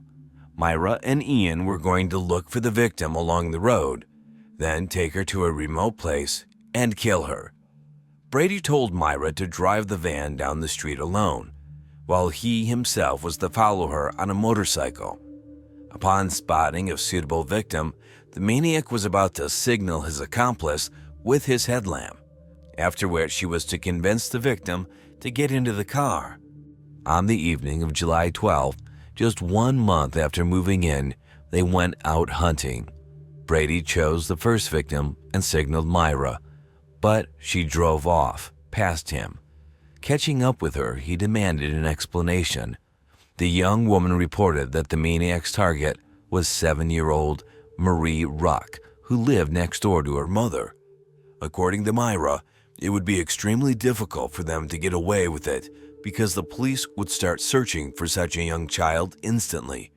The couple then continued down the street, looking for another victim. At 8 p.m. on Froxmer Street, Brady again made his choice, and Myra again recognized the girl. She turned out to be Pauline Reed, a 16-year-old friend of her younger sister, who was on her way to the disco. Determined to act, Myra stopped and offered her a ride, whereupon the girl got into the car. To take her to a deserted place, Myra made up a story. She had supposedly lost a very expensive glove on the Saddleworth Heath. The area was popular with the locals for its rich supply of peat used as fertilizer. The unfortunate Pauline agreed to help her acquaintance. Shortly after arriving at the site, Grady drove up to them. Myra told the girl it was her boyfriend and he would help them in their search. How the situation unfolded further is unclear to the end.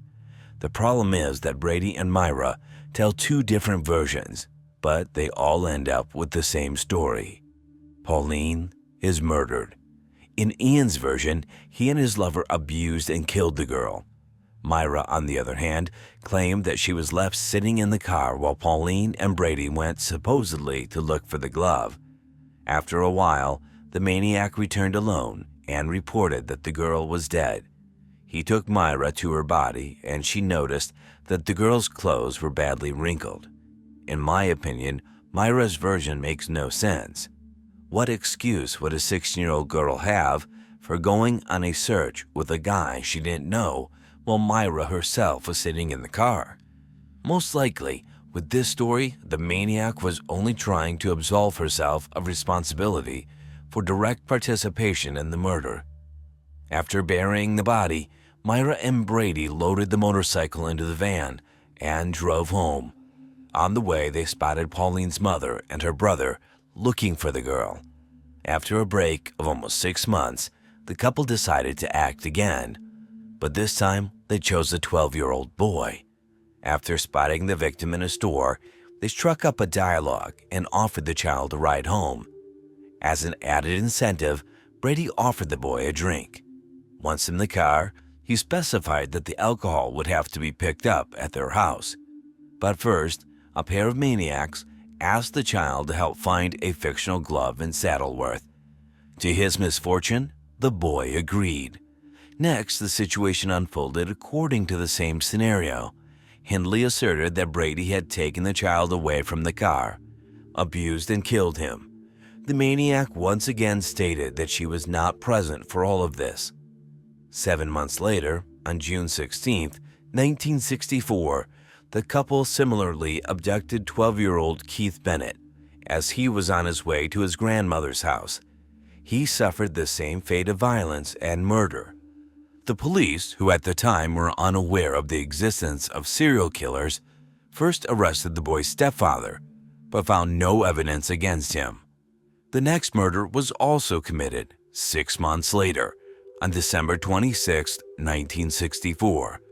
It is not quite clear whether they were able to sustain this cycle unintentionally or whether the pause was necessary to lull the police into a state of alertness.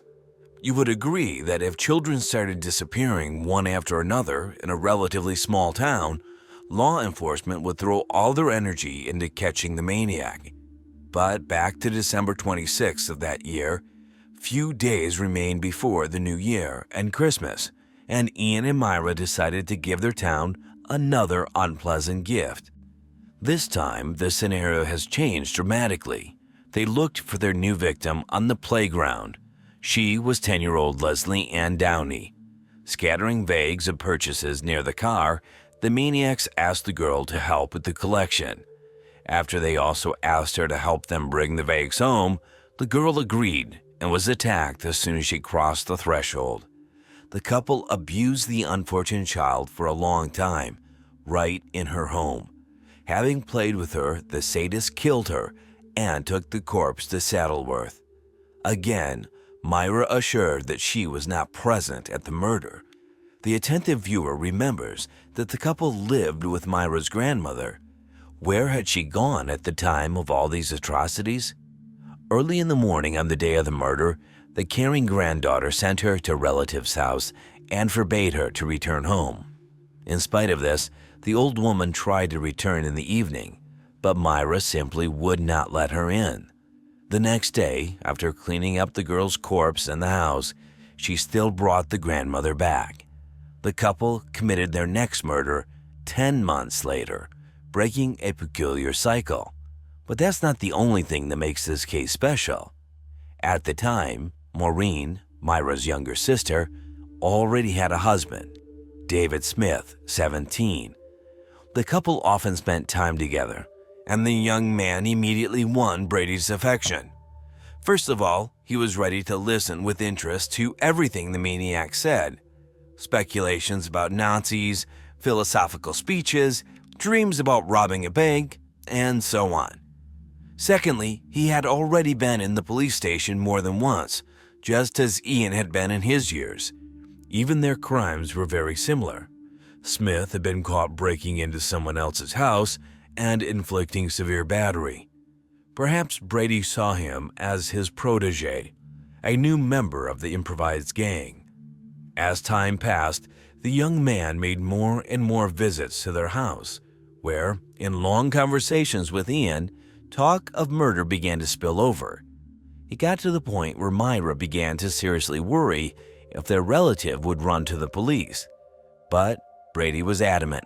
He thought Smith was his own and trusted him.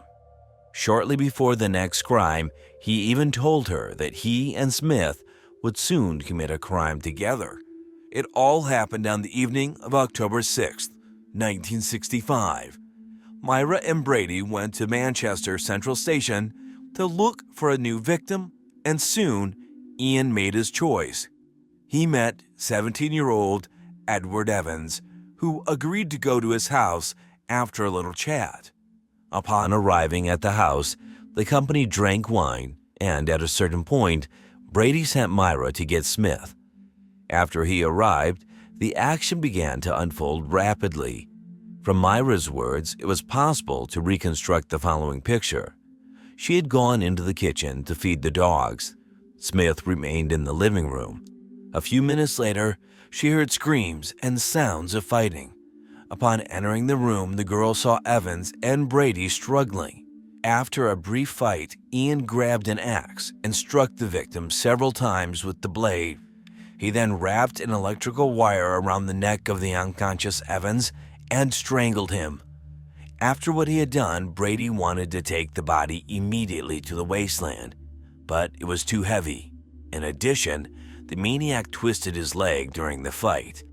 In the end, he decided to leave it at the house and go with Smith to Saddleworth the next day.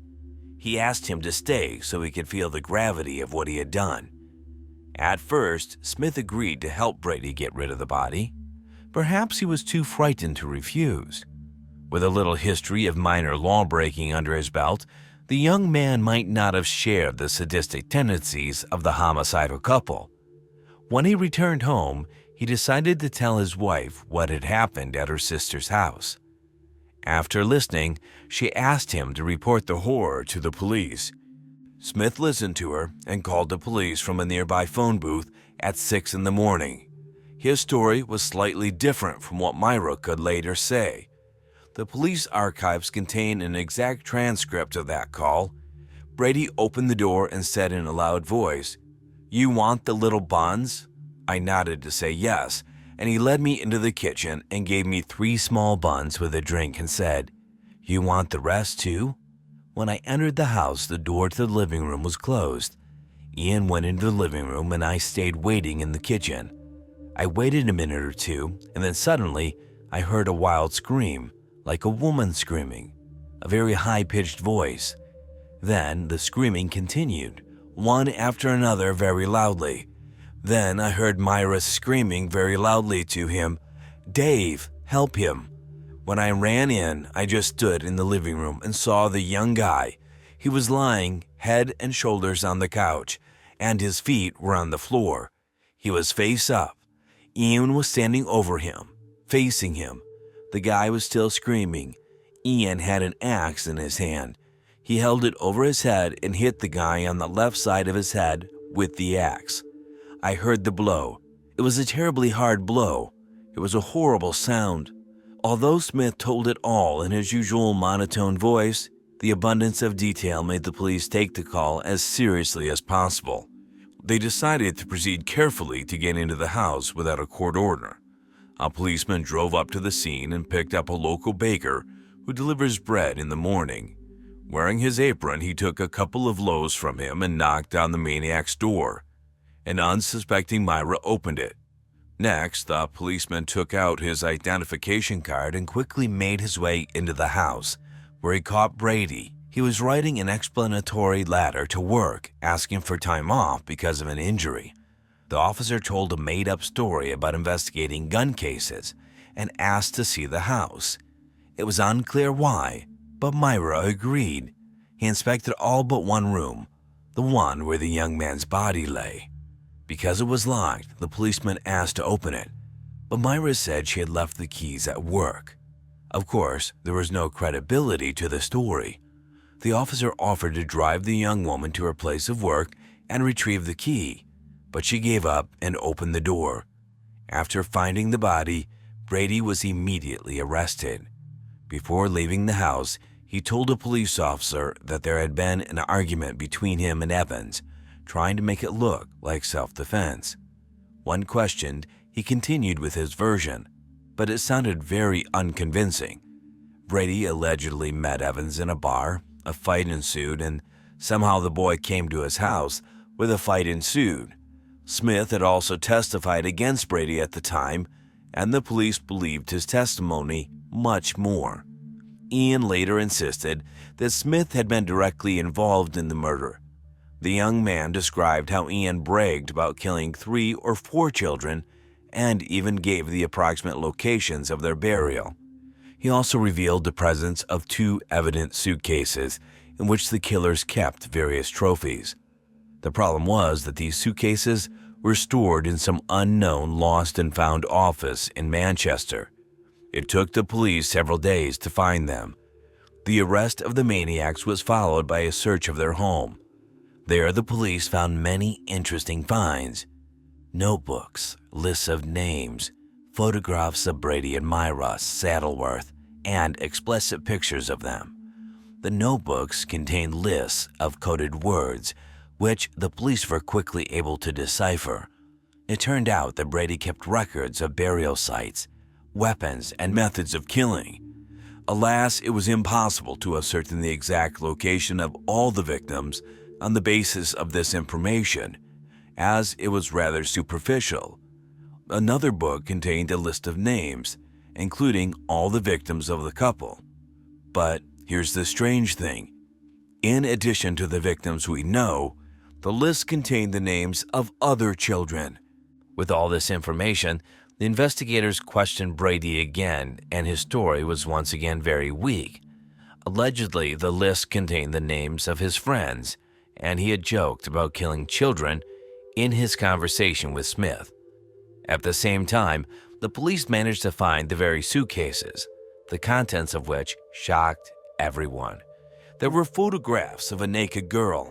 Also found in them were audio tapes, one of which would soon become perhaps the most damning evidence in history. It contained cries and pleas for help. Other tapes contained recordings of Nazi plays. After listening to the tape, one of the mothers recognized the voice of her daughter, Leslie Ann Downey. It is frightening to imagine how difficult all this was for the poor woman. In addition, the suitcases contained many photographs of the backdrop of the marshland, various batons and lashes, and erotic magazines.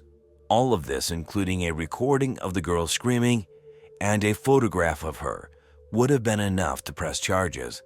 But the police had yet to read Saddleworth.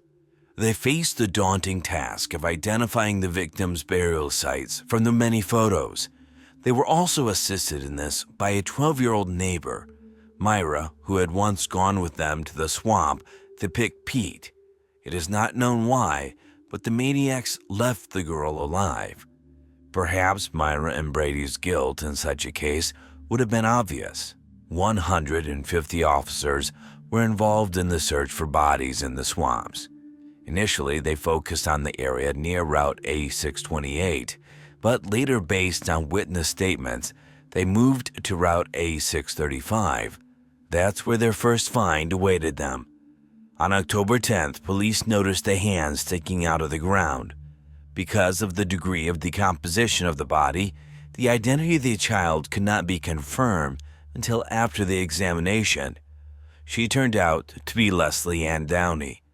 11 days later, police discovered the body of John Kilbride. At the same time, Brady and Myra were charged with Leslie's murder, extending their custody. Despite this baggage of evidence, Ian continued to try to feed the police flimsy tales in an effort to avoid punishment. When asked about the origin of the nude photographs of the little girl taken at the Hindley house, he did not deny that he had taken them.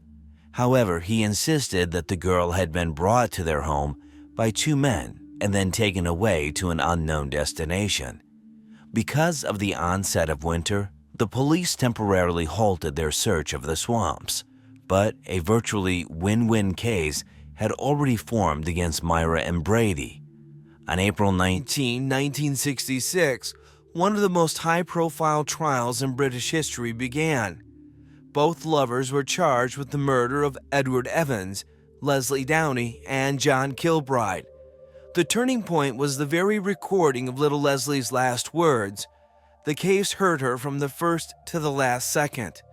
The reporters in attendance called the tape the most damning evidence ever put on the judge's desk. The trial lasted more than 2 weeks, and on May 6, the court found the maniacs guilty, sentencing them to life in different prisons. That was the last day they saw each other. The couple kept up an active correspondence, but over the years their fervor waned and their letters came less and less frequently. The trial was remembered for another interesting moment. David Smith, who became the main witness, signed a contract with a local newspaper under which he undertook to give an exclusive interview in case Myra and Brady were convicted. The paper paid him £1,000 for this, which was quite a substantial sum at the time. Smith and his wife spent the money on a holiday in a 5-star French hotel, which angered the judge. He found such a transaction inappropriate, but there was nothing he could do about it within the law. Since then, the story of Myra and Brady split into 2 lines, but it was not over. In 1974, Ian managed to change several prisons until he finally stayed at Wormwood Scrubs. Here began the most interesting part. The maniac managed to abuse children while in prison. How is that possible?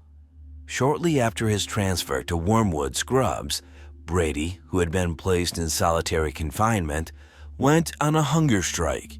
He was unhappy with the ban on socializing with other inmates. Prison officials have decided that the child killer is going to afterlife rather quickly. As a result of his dramatic weight loss, the maniac was transferred to the hospital wing, where his life took on new colors. He was allowed to watch television and do house cleaning work. At the same time, juvenile delinquents with mental disabilities were admitted to the hospital wing of the prison. In 1981, one of these teenagers said that Brady had forced him into intimate contact. Later, similar statements by the victims surfaced repeatedly. Taking advantage of access to secluded corners of the prison as a janitor, Ian led his victims there. When prison officials learned of this, he was banned from cleaning, but no further charges were filed. More interestingly, he was left in the hospital wing, next to the same teenagers. It would seem how such a thing is possible, but there was nothing the chief medical officer of the prison could do about it. British law mandates the prisoners be assisted, and Brady used this skillfully. He threatened to resume his hunger strike every time he talked about being transferred back to a cell. In 1982, a harsh decision was made to transfer the maniac to another prison, with stricter conditions. However, 3 years later, in 1985, Brady was declared insane. Thanks to this, another transfer awaited him to Ashworth Psychiatric Hospital. Many of you may have wondered how such a violent sadist managed not only to establish a comfortable life in prison, but also to do his dirty work with teenagers. The answer might surprise you. He was helped by the Earl of Longford, Frank Pakenham, one of the leading politicians of the time, to get favors and privileges.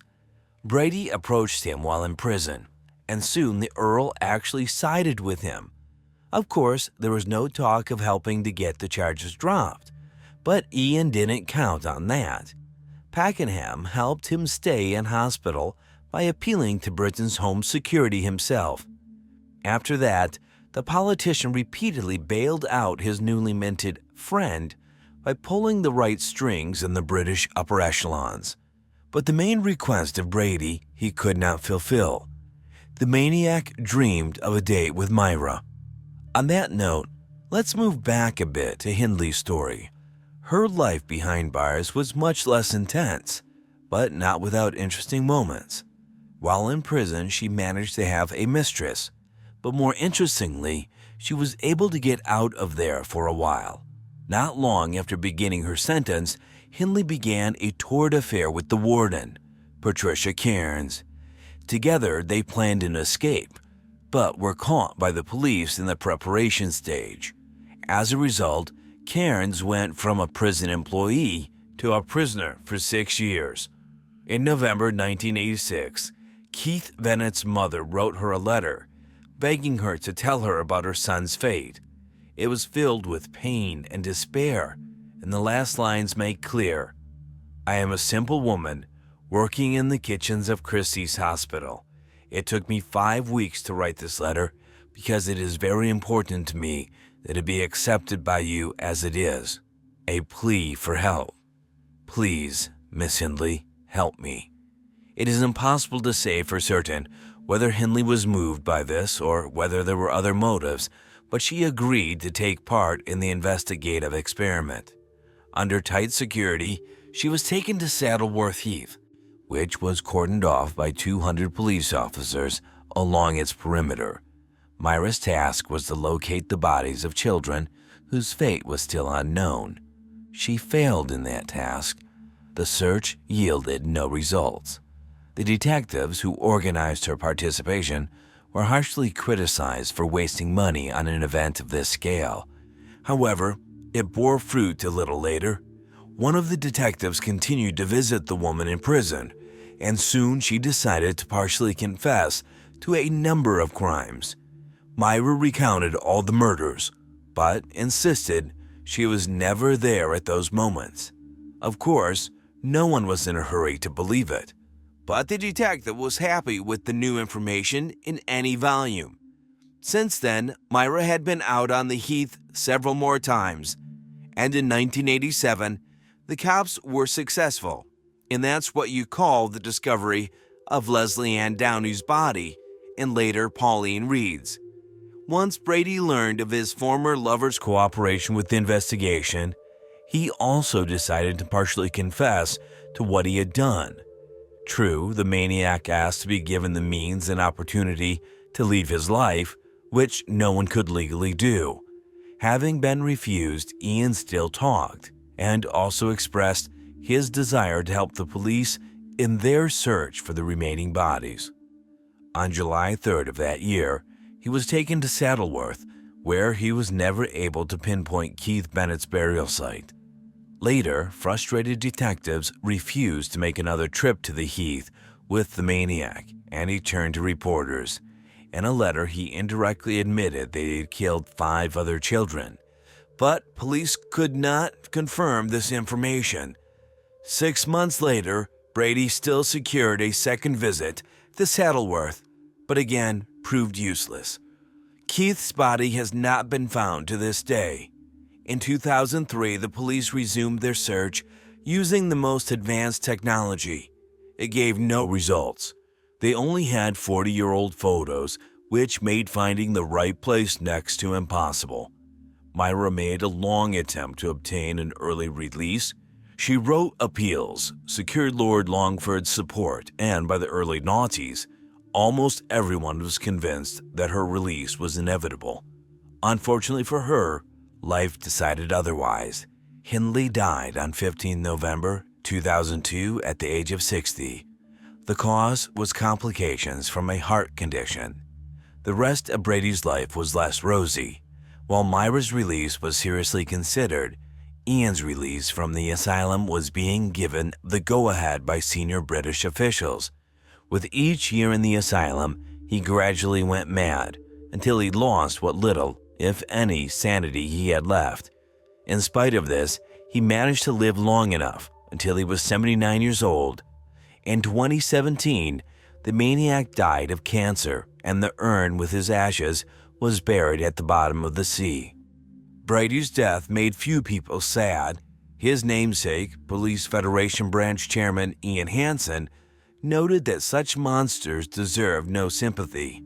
That was the end of the story of the child-murdering lovers. But in Britain, their names will long be remembered. Ian and Myra are a prime example of inhumanity, boundless impotence and cynicism, as well as a total lack of morality. Kristen Smart was born February 20, 1977, in Augsburg, Germany, but moved to the United States with her parents, brother, and sister at an early age. The family settled in Stockton, California.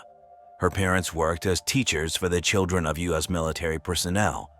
After graduating from high school in 1996, Kristen entered California Polytechnic University. In her spare time, she worked as a lifeguard at the recreation center on campus.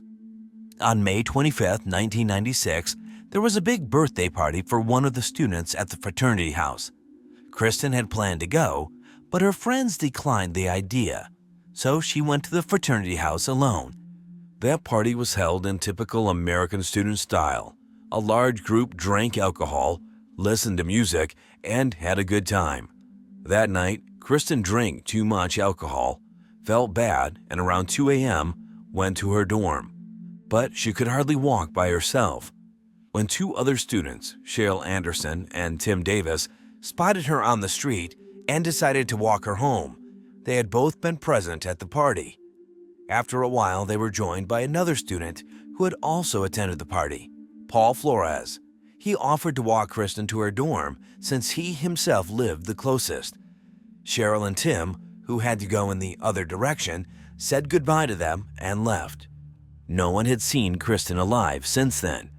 At first, her disappearance was not given much thought.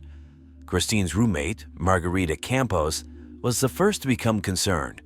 She was sure her friend would return home after the party, but she never did. Adding to the anxiety was the fact that all of Christine's belongings, including her passport, wallet, and bank card, remained in her room. That meant she couldn't just pick up and go somewhere. Marguerite did not contact campus police until 2 days after the young woman disappeared. Apparently, she had hoped to the last minute that Kristen was okay and would return home. But campus police didn't take her roommate's statements seriously. It was the weekend before, and it was also the U.S. National Day of Remembrance, which commemorates fallen American servicemen. The local police simply assumed that Kristen had gone home, and they were not confused by the fact that she had left all of her important belongings and documents in the dormitory. On a separate note, it was a 7-hour drive from the university campus to Christine's hometown. Too long a distance to suddenly make such a journey without money and documents, especially in the middle of the night. A few days later, the local police decided to go to work after all and called the young woman's parents. Christine's mother reported that her daughter had not come home in a long time and had not called her in recent days. That call made the mother worried, and the parents went to the police. But even there, the police were not eager to open an investigation. They said that not much time had passed since Christine's disappearance, and she might well have been out with friends, and it wasn't until the 4th day after she went missing that the search began. Volunteers searched for the young woman at first, but the search yielded no results. The first thing the police interviewed was Paul Flores, who had volunteered to walk Kristen to her dormitory door and was supposed to be the last person to see her. He told detectives that he and Sri Kristen walked to her dormitory, then said goodbye, and she went to her house alone. He then allegedly went straight to bed. But this story quickly became inconsistent. Paul's dorm mates saw him go to the shower around 5 a.m., while he and Kristen parted ways after 2 a.m. In addition, the young man had a black eye and scratches on his knees. When asked by several people, he told 3 different stories about where he got all these injuries. Paul Flores seemed highly suspicious, but there was no direct evidence against him. A month had passed since Christine's disappearance, and police had expanded the search for the young woman to her hometown. Journalists there hyped the case, catching the similarity of the story to the plot of the popular TV series Twin Peaks. The news even mentioned certain psychics who had already solved the case. According to their version, the young woman was killed by 2 men on campus and then driven to the cliff and thrown into the water. Of course, these allegations yield nothing to the police. A year after Christine's disappearance, her parents sued Flores, accusing him of complicity in the young woman's disappearance. In 1997, Paul testified under oath, but of all the questions he answered, only one, when asked to give his name. On all other occasions, he invoked the Fifth Amendment, which allows a defendant not to testify against himself. Paul's parents then sued Christine's family for moral damages, but both of these lawsuits went nowhere. The police had no evidence to prosecute Paul. On May 25, 2002, the 6th anniversary of Christine's disappearance, authorities officially declared her dead. In all that time, they also failed to come any closer to solving the case. This went on until 2018, when a California resident, Chris Lambert, decided to start his own podcast series on various crimes. He was 8 years old at the time of Christine's disappearance, and he remembered the creepy story well from the news. 22 years later, he decided to do his own investigation and was struck by how neglectful the police had been all along. The first thing Chris did was to talk to all the witnesses to those events. He learned from university students that Paul Flores had a bad reputation. The young man had repeatedly molested female students, but it never came to official complaints. Chris further analyzed the actions of the police and came to the conclusion that they had made a number of critical errors. The detectives did not arrive at the home of Paul's father, Ruben Flores, until 2 months after the young woman had disappeared. Given that Paul was living with his father, the police should have investigated the residence immediately. But when the police did arrive to search it, they were extremely sloppy. The detectives did not bring a forensic specialist or a police dog trained on the smell of decomposition. Because of this, the search was essentially useless. The detectives also failed to examine the 2 cars of the Flores family, one of which Paul may have used to drive Kristen from the campus to her father's house. Several months after the police visit, one of the cars was sold and the other was allegedly stolen. The police never showed up at Paul's mother's house, and that was where one of the main clues was hiding. Chris Lambert discovered that 4 months after Kristen Smart disappeared, a woman named Mary Lassiter had rented Paul's mother's house. In one of the rooms, she discovered a necklace link very similar to the one Kristen was wearing.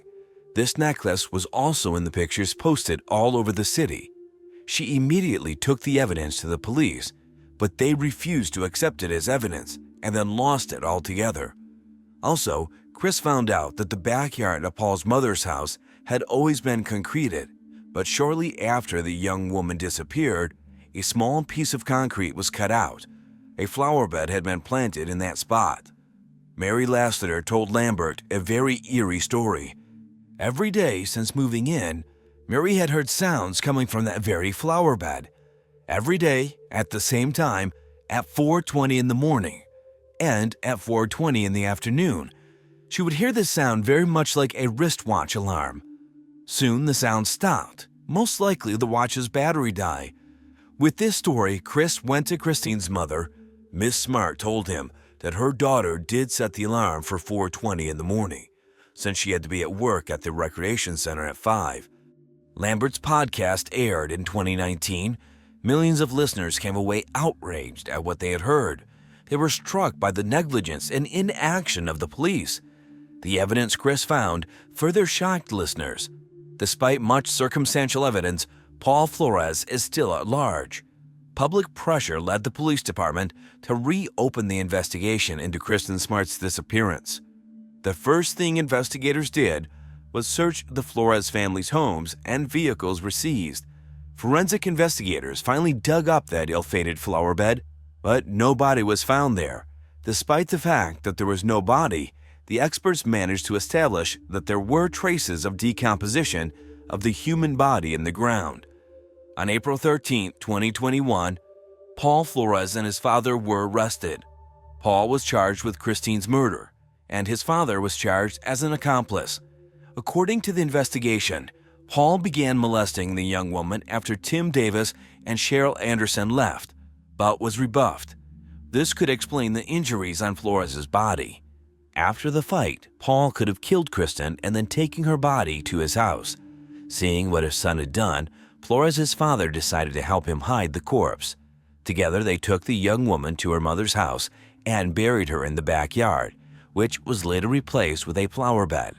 Sometime later, apparently afraid of police harassment, the suspects dug up the grave and took the remains to an unknown destination. Paul Flores was found guilty of first-degree murder by a Monterey County jury and faces 25 years to life in prison. His father, Ruben Flores, was charged as an accessory to the crime. He faces up to 3 years in prison. Christine's parents issued a proclamation thanking Chris Lambert and all concerned people for their family's grief that even after many years of their daughter's disappearance, this case is finally solved. One thing they wonder is, didn't Flores' mother have any idea her son's crime had been committed? The flower bed that was unexpectedly planted in the backyard didn't raise any suspicions in her mind? Or maybe she had known all along what had happened that night, but out of love for her son, she had chosen to keep quiet. Of course, some questions would remain unanswered, but that didn't matter now. Perhaps one day the young woman's remains will be found, and Kristen Smart will find peace. Missy Grubal was born April 26, 1974, in the American city of Burleson, Texas. Her family lived very modestly, so in her school years she got various part-time jobs to pay for her own college education. In addition, she received good grades and was an active participant in the life of the local church.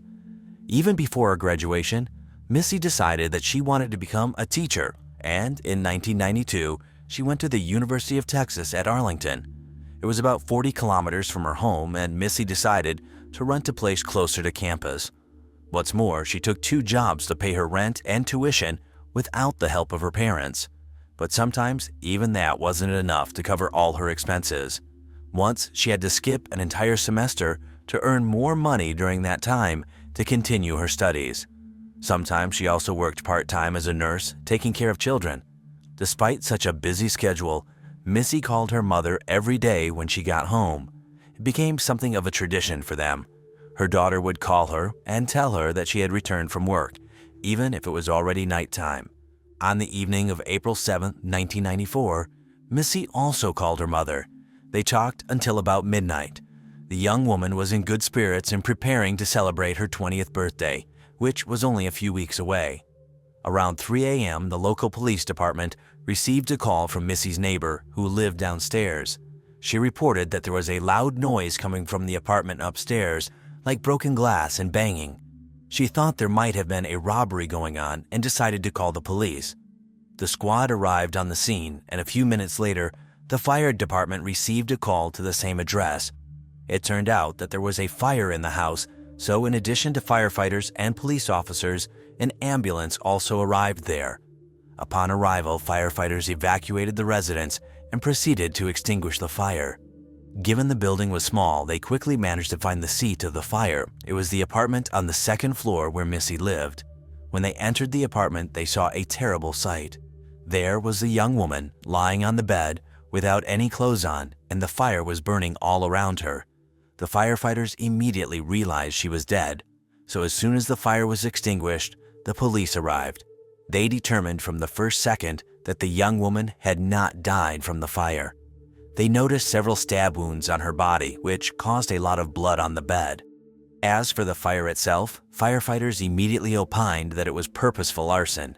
Moreover, when they first arrived at her apartment, they smelled a strong odor of gasoline. After examining the apartment more thoroughly, the firefighters were conclusively convinced that they were dealing with arson. Someone had poured gasoline all over the apartment and left, leaving the dead young woman inside. However, the perpetrator had closed the front door, which made the extent of the fire not as large. There was not enough oxygen in the apartment to keep the flames burning. The police quickly identified the deceased as Missy Grubaugh. In the meantime, her body was handed over to medical examiners, and they conclusively confirmed that the young woman had died before the fire started. This was confirmed by the stab wounds on her body and the lack of smoke traces in her lungs. If the victim had been alive when the fire started, even when she was unconscious, she would have inhaled smoke and the experts would have noticed it. They also determined that the young woman had been abused and were able to extract a sample of the perpetrator's DNA because of it. The police found a knife in Missy's apartment, which they believed was the murder weapon. Unfortunately, no prints were left on it. Apparently, the killer had washed it in the sink before setting the fire. Nor could the DNA sample from the victim's body help them get a lead on a suspect. In 1994, there was no way yet to load that data into the database to match the DNA of previous convictions. But the police had their first lead almost immediately. It turned out that a week before her death, Missy had filed a police report on a co-worker she had worked with at the coffee shop. A young guy had lost his place and was looking for someone to stay with for a while until he could find a new apartment. Of all his co-workers, Missy was the only one who agreed to help and let him stay with her. She even gave him a spare set of keys so he could leave and return regardless of her. The co-worker only lived there for a few days. One day, Missy came home from work and was about to put the tips she had received for the day into the piggy bank. She kept saving small amounts to add to her tuition and rent, and by then she had almost $1,000 in her piggy bank. But that day, the young woman discovered that all her money had disappeared. She immediately blamed her coworker, since no one but him had spare keys. He denied guilt, but Missy threw him out and reported him to the police. But when they started looking for him, the guy had quit his job and disappeared. So the investigators had a pretty good suspect. The guy had keys to Missy's apartment, so he had no problem getting in. When he found out the young woman had gone to the police, he might have held a grudge against her and decided to get revenge. If he didn't know that Missy had already gone to the police, he might kill her just to keep her from doing it. While the cops were searching for this guy, they started working on another clue. Letters from a certain young man had been found in the victim's apartment, and, judging by their contents, he and Missy were having some sort of affair. They didn't live very far apart, but they exchanged letters regularly. The young woman was a deep believer and had never had a boyfriend before. She also mentioned in her letters that she wasn't ready for any kind of intimate relationship until after marriage, and her companion was of the same opinion at first. But over time, the contents of his letters became increasingly intimate, and Missy wasn't happy about it. The detectives decided to run the man through the database and, to their surprise, discovered that he had a prior conviction for violent acts. Given that Missy had also been abused before the murder, this was enough to make the young man a suspect. He was found and questioned, but he denied any involvement, but he had no solid alibi. The boy said he was sleeping alone in his house at the time of the murder. However, Missy was killed between midnight and 3 a.m., so his alibi didn't seem all that dubious. But the detectives were in no hurry to drop the charges and asked him to volunteer a DNA sample. The guy agreed and they let him go. Unfortunately, in those years, DNA analysis took more than a month, and it had only been a few days since Missy's murder, so detectives had to wait at least a month for experts to isolate the DNA profile from the victim's body, and then wait another month to compare it to the guy's sample. So investigators began looking for other leads, and soon they had a third suspect. The management of the cafe where Missy worked told them about an incident that had happened shortly before her death. The young woman complained to the manager that one of her co-workers, named Jeff, had stolen some items or money from the cash register. The theft charges were confirmed and the man was fired. Afterwards, he caught up with Missy and began accusing her of losing his job and leaving him without a livelihood. During this conversation, he said he was going to kill her. The police also discovered that Jeff had tried to win Missy's affections, but she rejected him. This also may have served as an additional motive. All this was more than enough for the police to question the man. But while the detectives were trying to find out his address, something unexpected happened. Jeff's girlfriend came into the station and said she was afraid of her boyfriend and suspected him of killing Missy. It turned out that the man had not been home the night of the murder, and he had never told his girlfriend where he was since then. She also said that Jeff had a very bad temper and often exhibited outbursts of aggression. The man repeatedly mentioned the story that he had been fired because of a complaint from Missy, and he had been furious about what she had done. When he did get found and brought in for questioning, he acted very brazen. Jeff kept smiling and bombarded the detectives with various stories that were odds with reality. He claimed that in fact Missy was obsessed with him and wanted to date him, and that was why his girlfriend had gone to the police to get revenge. He also stated that he was at home with his girlfriend the night of the murder, which contradicted her story. When the detective said that his girlfriend denied this alibi, he just laughed. That said, Jeff did agree to provide his DNA sample voluntarily. Given that there was no evidence against him and the DNA analysis could have taken over a month, he had to be released. But a few days later, Jeff's girlfriend called the police. She was extremely disturbed and told them that the guy had kidnapped her from her parents' house and held her hostage for 8 hours, threatening to kill her if she tried to get away from him. Eventually, he let her go, and the young woman immediately contacted the police. They immediately began to search for Jeff, but by then he had already escaped. In spite of this, the detectives were almost certain that he was behind Missy's murder. They put out a search for him on a kidnapping charge, but the man seemed to have vanished.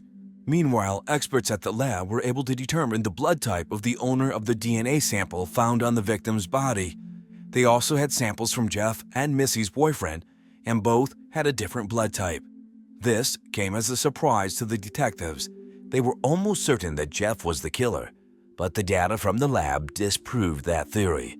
Thus, they were left with only one suspect who had not given his DNA sample and who had not yet been found, a colleague of the victim who she had allowed to stay with her.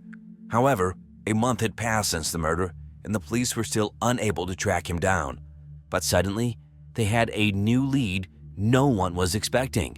Missy's mother called the investigators and said she remembered a strange detail the young woman had told her on the phone a few days before she died. She didn't give it much thought and didn't decide to share it with the police until a month later. As mentioned earlier, Missy sometimes worked as a nanny, and one of her regular clients was a young couple who lived in the same complex. They had a young child, and the woman was pregnant with her second. Her partner, Luis Arroyo, also worked in the same restaurant as Missy, so they often saw each other and talked. According to the mother's story, a few days before her daughter's death, the man came to Missy's house to talk. Even though it was getting close to nightfall, she let him in. Luis told her that his relationship with the young woman had been strained lately and that he just needed someone to talk to. But what followed was something that struck the police as extremely strange. Missy told her mother that after the conversation, they got into a mock pillow fight. It was hard for detectives to imagine a 32-year-old man and father coming to a 19-year-old young woman's house near midnight and then having a pillow fight. But according to Missy's story, that's exactly what happened. In a conversation with her mother, she didn't give it much thought, but the police decided to check on the man. They found out that Luis had no criminal history, had served in the army, and was a model employee at the restaurant. But after talking to his coworkers, the detectives learned a very interesting fact. Of course, after Missy's murder, the restaurant employees were constantly discussing the subject, and one day Luis said, "I hope they catch whoever killed and raped Missy as soon as possible." A little later, he added that they might never find the culprit because all the evidence was burned in the fire. The problem was this: the police never disclosed that the victim had been abused before she died. It wasn't in the newspapers or reports. It wasn't even reported to her mother. So the detectives had a logical question. How did Lewis know about it? When questioned, the man stated that he and Missy did talk a lot, but that he had nothing to do with her murder. He was calm and forthright in answering all of the police questions until the detectives asked him for a DNA sample, at which point Lewis became visibly nervous.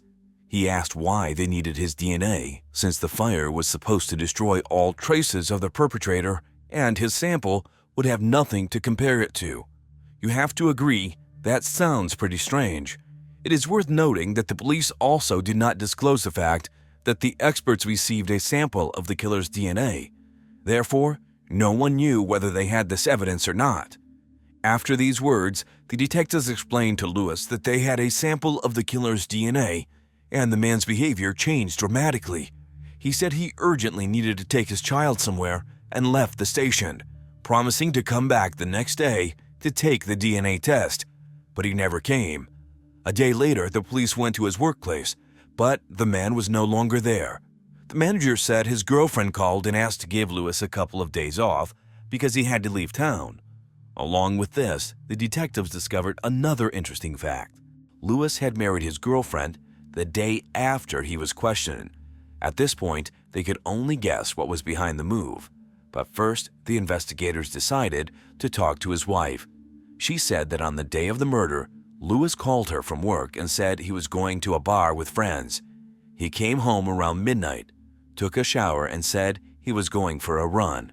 He returned after 2 a.m., and his wife noticed that he smelled strongly of smoke and gasoline. The man was also coughing constantly, and his nose had traces of soot in it. His wife asked him what had happened. Lewis then told her that he had run by Missy's house and noticed the fire. He went up to her apartment and saw that the place was engulfed in flames, and the young woman herself was lying on the bed. Lewis tried to save her by giving her artificial respiration, but the smoke and flames forced him to run outside. Apparently, his wife was quite satisfied with the story, and they went to bed. As you have already realized, the detectives found a number of suspicious points in the story. Even setting aside the fact that the man decided to go for a run in the middle of the night, his further story defies any logic. First, how could he have gotten into Missy's apartment without keys? After the fire, forensics determined that there were no signs of forced entry on the door. This means that Missy let her killer in on her own, and according to Lewis's story, he entered her apartment when she was already dead. Second, if his story is to be believed, he had just seen a dead young woman he had known for a year in a full-blown fire in the house next door, but instead of calling the fire department and the police, he decided to just go to bed. His wife apparently didn't see fit to do anything about the situation either. The police also learned Lewis's blood type from his wife. It matched the blood type found on the victim's body. All of the above was enough to put a man on the wanted list, but his whereabouts remained unknown. The wife also asserted that she didn't know where her husband had gone, but the detectives didn't believe her. By then, they suspected that the woman was deliberately covering for Lewis. In their opinion, he had told her a greatly altered story about the murder in which he had no choice, or Missy had attacked him herself. In other words, he had convinced her under some false pretenses not to cooperate with the police. But everything changed when the detectives told the woman that Missy had been abused before she died. Almost immediately thereafter, Lewis's wife told them where he might be. At about the same time, police officers from the city of San Antonio found a burnt-out car that belonged to Lewis and that his mother lived in the same city. Detectives went there and found the man himself, after which he was arrested. At the station, he acted extremely tense, lying on the floor, crying, and generally looking like he was on the verge of a nervous breakdown. But during his interrogation, Lewis stated that he had indeed gone to Missy's apartment that night and had been intimate with her in a consensual manner. This account did not go well with the fact that the young woman's body was found with many wounds and bruises, not to mention the fire. Next, Lewis's story became frankly bizarre. He said he didn't remember how events unfolded after that, but he may have stabbed her while denying that he had set the apartment on fire. The man did not actually deny his involvement in the murder, but he did not confess either. This made the detectives' job difficult, but now they could take a sample of his DNA. At that point, they already knew that Lewis's blood type matched the killer's, and all they had to do was wait for the DNA results. Sometime later, the experts found a perfect match, and Lewis was charged with murder. Given that he did not actually confess directly, the case went to trial. The man continued to insist that he and Missy had a consensual intimate relationship that night. As for the murder, he continued to give some vague version. Lewis supposedly had no recollection of stabbing her, but did seem to recall taking a knife from the kitchen. He said the same thing about the fire. He remembered that there was a fire in the room, but he did not start it himself. According to the investigation, Lewis had long had a liking for Missy and in some ways was even obsessed with her. In favor of this one interesting fact, the man had worked in the same restaurant as Missy for almost a year, and he had moved into her compound 6 months before the murder. Considering that there were hundreds of similar complexes in their city, it would be logical to assume that Lewis had chosen this particular place for the sake of living closer to Missy. In addition, in the days before the murder, he had visited her around midnight for no meaningful reason, which also seemed odd to the investigators. According to their version, on the night of the murder, Lewis had gone to her apartment for the purpose of inducing Missy to have intimate contact. The young woman, who was a virgin at the time and was saving herself for marriage, rebuffed him, and Lewis flew into a rage. He abused her, then killed her, and went to get gasoline. After setting the apartment on fire, he returned home and told his wife some made-up story in which he made up what had happened as an accident. Perhaps the story about the run and the attempt to save Missy came about only after investigators began to suspect Lewis and informed him that the fire had not destroyed the killer's DNA. Upon learning this, Lewis could have convinced his wife to tell the police how he had tried to save the young woman with CPR. Apparently, his wife really didn't know the truth. She was also not charged in any way. Detectives speculated that Lewis had married her only that she would be legally entitled not to testify against him. As for Lewis himself, the court sentenced him to life in prison with the possibility of petitioning for parole in 2034. Apparently, he had hoped for a reduced sentence, recounting his memory loss that night and not directly denying that he could have killed Missy. But the court concluded that he had long sought to seduce the young woman and eventually decided to commit the crime, after which he saw only one way out: to kill Missy to avoid prison. Thus, the police were able to solve a very complicated case in which, of the 4 suspects, the most unobvious was the culprit. They only drew attention to him thanks to Missy's mother, who decided to share a strange but insignificant detail. Perhaps Lewis would have gotten away with it if it weren't for that little detail. And lastly, as for Jeff, he was found after all and jailed for 4 years for kidnapping his own girlfriend. Linda O'Keefe was born on May 24, 1962, in Newport Beach, California, USA. She grew up in a large and close-knit family. Her father was a machinist and her mother was a seamstress. Linda had 2 sisters, an older sister and a younger sister. Linda was fond of drawing, played the piano, and loved nature and animals very much. On warm summer days, she did not miss any opportunity to go out to the beach, which was only 800 meters from her home. The girl was also a Girl Scout and attended summer school. In July 1973, when Linda was 11, she went there almost every day. Usually, she rode her bicycle to school, but on the morning of July 6th, a piano teacher who lived a few houses away from the O'Keefe family agreed to give her a ride. After class ended at about 1:30, Linda used the school phone to call her mother. She asked to be picked up because she was without her bicycle that day, but the woman was working at home at the time and didn't want to be distracted, so she told her daughter to walk. Even though it was only a little over 2 kilometers from school to home, Linda didn't want to walk. After talking to her mother, she even cried, and the school secretary thought about giving her a ride home. But the woman needed to go the other way, so she gave up the idea. Linda came out of the school, sat outside the building for a while, and headed toward home.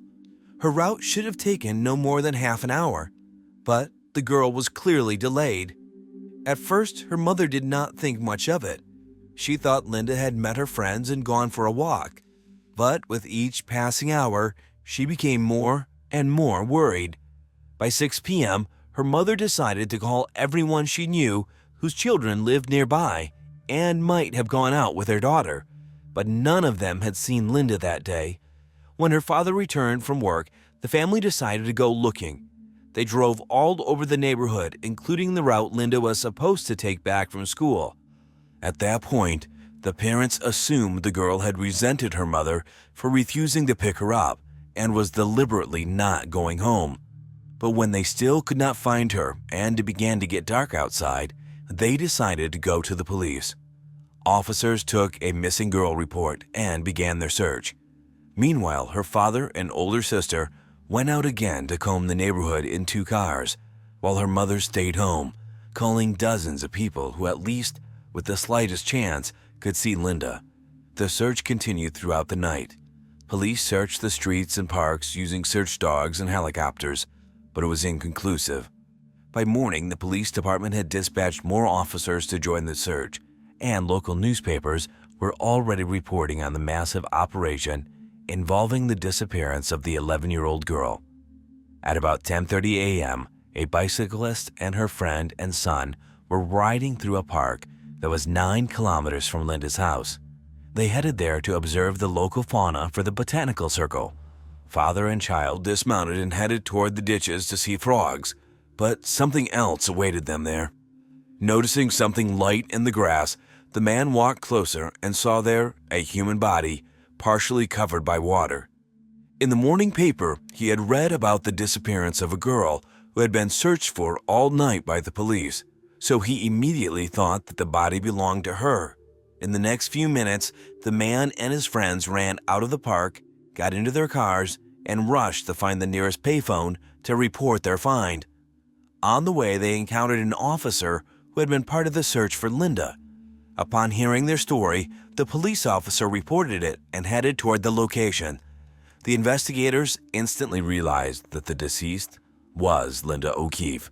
She was wearing the same clothes the girl had left for school, and her backpack was lying next to her. This, as well as the white dress worn by the girl, had been made for her by her mother. She was not wearing shoes, however, and they were never found near the body. Detectives proceeded to examine the crime scene. They found tire tracks on the ground near where the body was found, but no other clues. Medical examiners determined that strangulation was the cause of death. They determined that the death occurred between 11 p.m. and 2 a.m.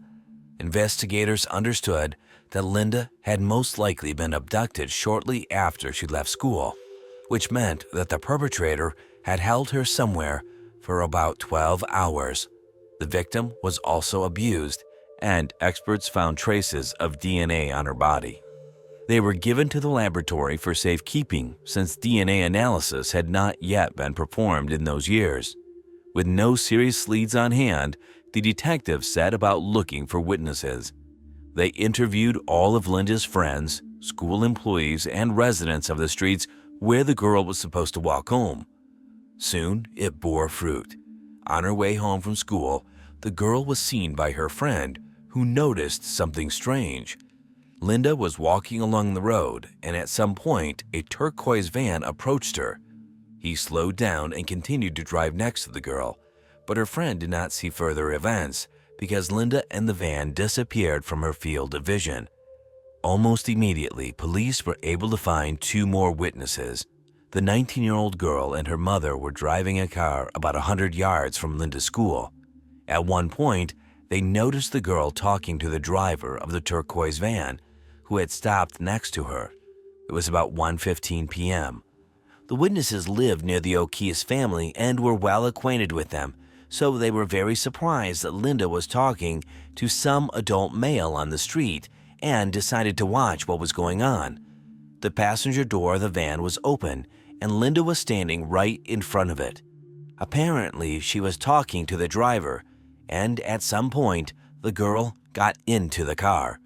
Immediately afterwards, the van drove away, and the witnesses decided not to pay much attention to it. They thought that Linda had been picked up by a relative or acquaintance because they were sure that the girl would not get into a car with a stranger. After questioning the girl and her mother, investigators got a rough description of the driver. He was a white man between the ages of 24 and 30, with blonde curly hair and an elongated face. Unfortunately, the woman could not remember the license plate number or even the make of the car. Despite this, the story of the two women was the only solid lead in the case, so investigators put together an APB on the suspect and his car, based on the words of these witnesses. They were sent out all over California, but it was fruitless. The detective spoke with the woman a few more times, hoping they might be able to recall some additional details. At one point, they were even offered a hypnosis session, and they agreed. It only partially worked.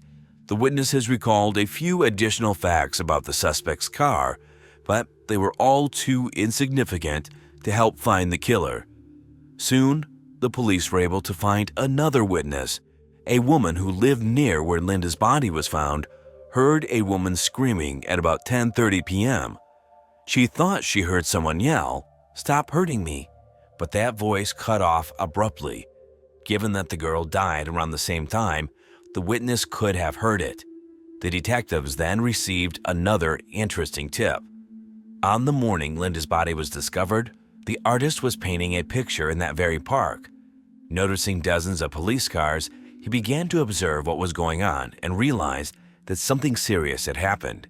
At one point, he saw something that struck him as odd.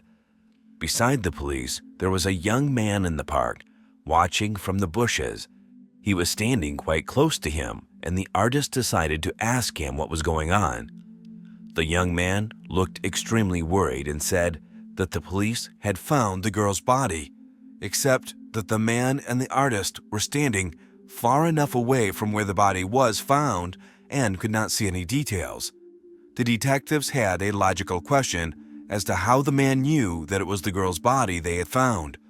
The artist described the man as a thin white male between 18 and 24 years old, about 180 centimeters tall, with blonde hair and sideburns.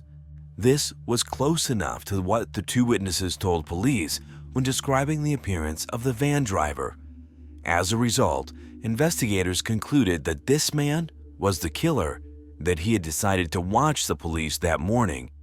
Although the police had a fairly detailed description of the killer's appearance, finding him in the big city was quite problematic. 2 days later, however, something unexpected happened. Peter Wooten, 18, came to them and confessed to the murder. The young man lived near the O'Keefe family and was in the same class as the victim's older sister, Cindy. The news instantly spread through the town, shocking the residents. Police officers, who did not expect such a turn of events, questioned the boy for 7 hours and also searched his parents' home where he lived. After that, he was formally charged with murder. 3 days later, another unexpected twist awaited everyone. Investigators announced that Peter had been cleared of all charges and released. According to them, there were too many inaccuracies in the young man's confession, and the only coincidences in his story intersected with information that had appeared in the newspapers. Otherwise, he gave investigators knowingly false testimony, which contradicted the real evidence. Lastly, the two witnesses who had seen Linda with the van driver stated with absolute certainty that it was not Peter. They were both acquainted with the young man because they lived near him, so the women would immediately recognize him. As a result, the police concluded that the young man was simply trying to draw attention to himself by confessing to someone else's crime. Maybe the guy had some kind of mental problems, but he had nothing to do with the murder. After that, the detectives weren't left with a single solid lead. They kept looking for the van and its driver. combing the entire town. Even Linda's classmates participated in the search, despite protests from the police. Kids rode their bikes through the streets trying to find that same turquoise van, but all of that yielded no results. In the first month of the investigation, police questioned 175 people, combed every millimeter of the path from school to home, and asked the public for help. A few weeks later, they decided to release a rough sketch of the van's driver, but that also yielded no results. Initially, detectives were reluctant to do so because they feared the man might flee town, but every day they had to use more and more tools to solve the case. 2 months later, the police had a new lead. Another girl had been abused in the same neighborhood. An unidentified man had dragged her into his van, taken her to a deserted place, and after what he had done, let her go. Investigators immediately speculated that Linda's killer might be behind the crime, but there were inconsistencies. The assailant drove a white van, and description of his appearance did not match the data provided by the witnesses in Linda's case. Soon, the detectives were able to get a lead on the suspect. It turned out to be a 32-year-old trucker, and his guilt was proven. Witnesses said that he did not look at all like the man Linda was talking to, and the investigators concluded that this man had nothing to do with her murder. Since then, no significant evidence has emerged in the case, though detectives continue to work on it over the ensuing years. In 2001, 28 years after the murder, police sent DNA samples from Linda's body to a lab so they could extract a profile of the killer's DNA. They succeeded, but the man was not in the FBI database. This indicated that the killer had not been prosecuted in other criminal cases, or it was before the time when they started taking DNA from criminals.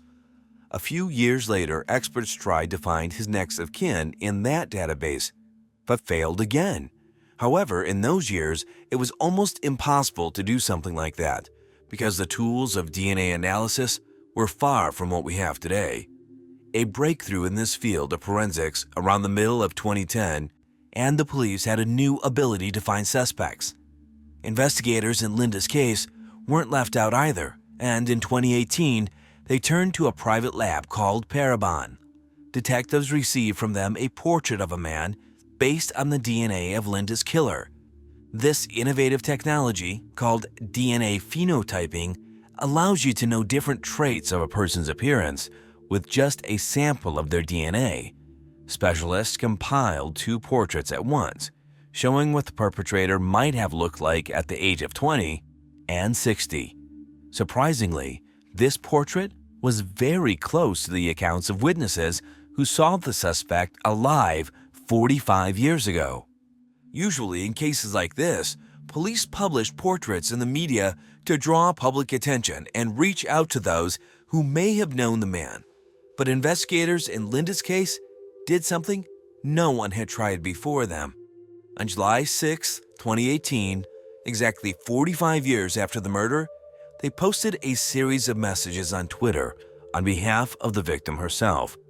The series of 68 messages described the last day of Linda's life. The detectives presented this information as if she herself were telling the world what happened to her on July 6, 1973. The narrative began in the morning with Linda recounting her day at school, her resentment at her mother for not picking her up in the car, and the girl's journey home on foot. All of the facts from these messages were carefully selected by detectives to paint the most accurate picture possible of the day. The series of tweets ends with the fact that the search for her killer has so far been unsuccessful, at which point the police have published a portrait of the perpetrator on behalf of the girl. Now, 45 years later, I can speak again, and there is something important I have to tell you. There is a new lead in my case, a face obtained thanks to the DNA of the killer, which he left behind. This technology didn't exist in 1973, but now it can change everything. This approach instantly brought Linda's case to the attention of a huge number of people around the world. Police officers had shared information on old, unsolved cases on social media before, but a narrative from the victim herself was something new. The portrait of the killer himself was useless. It could only help solve the case if someone recognized the person and told the police. So the investigators needed to draw as much attention to these pictures as possible, and they did a great job. In total, more than 7 million people saw the series of tweets. The police received many tips and possible identities of the perpetrator, and detectives spent several months checking them out, but they were never able to find a suitable suspect. In spite of this, they were not going to give up, especially after millions of people were interested in Linda's case.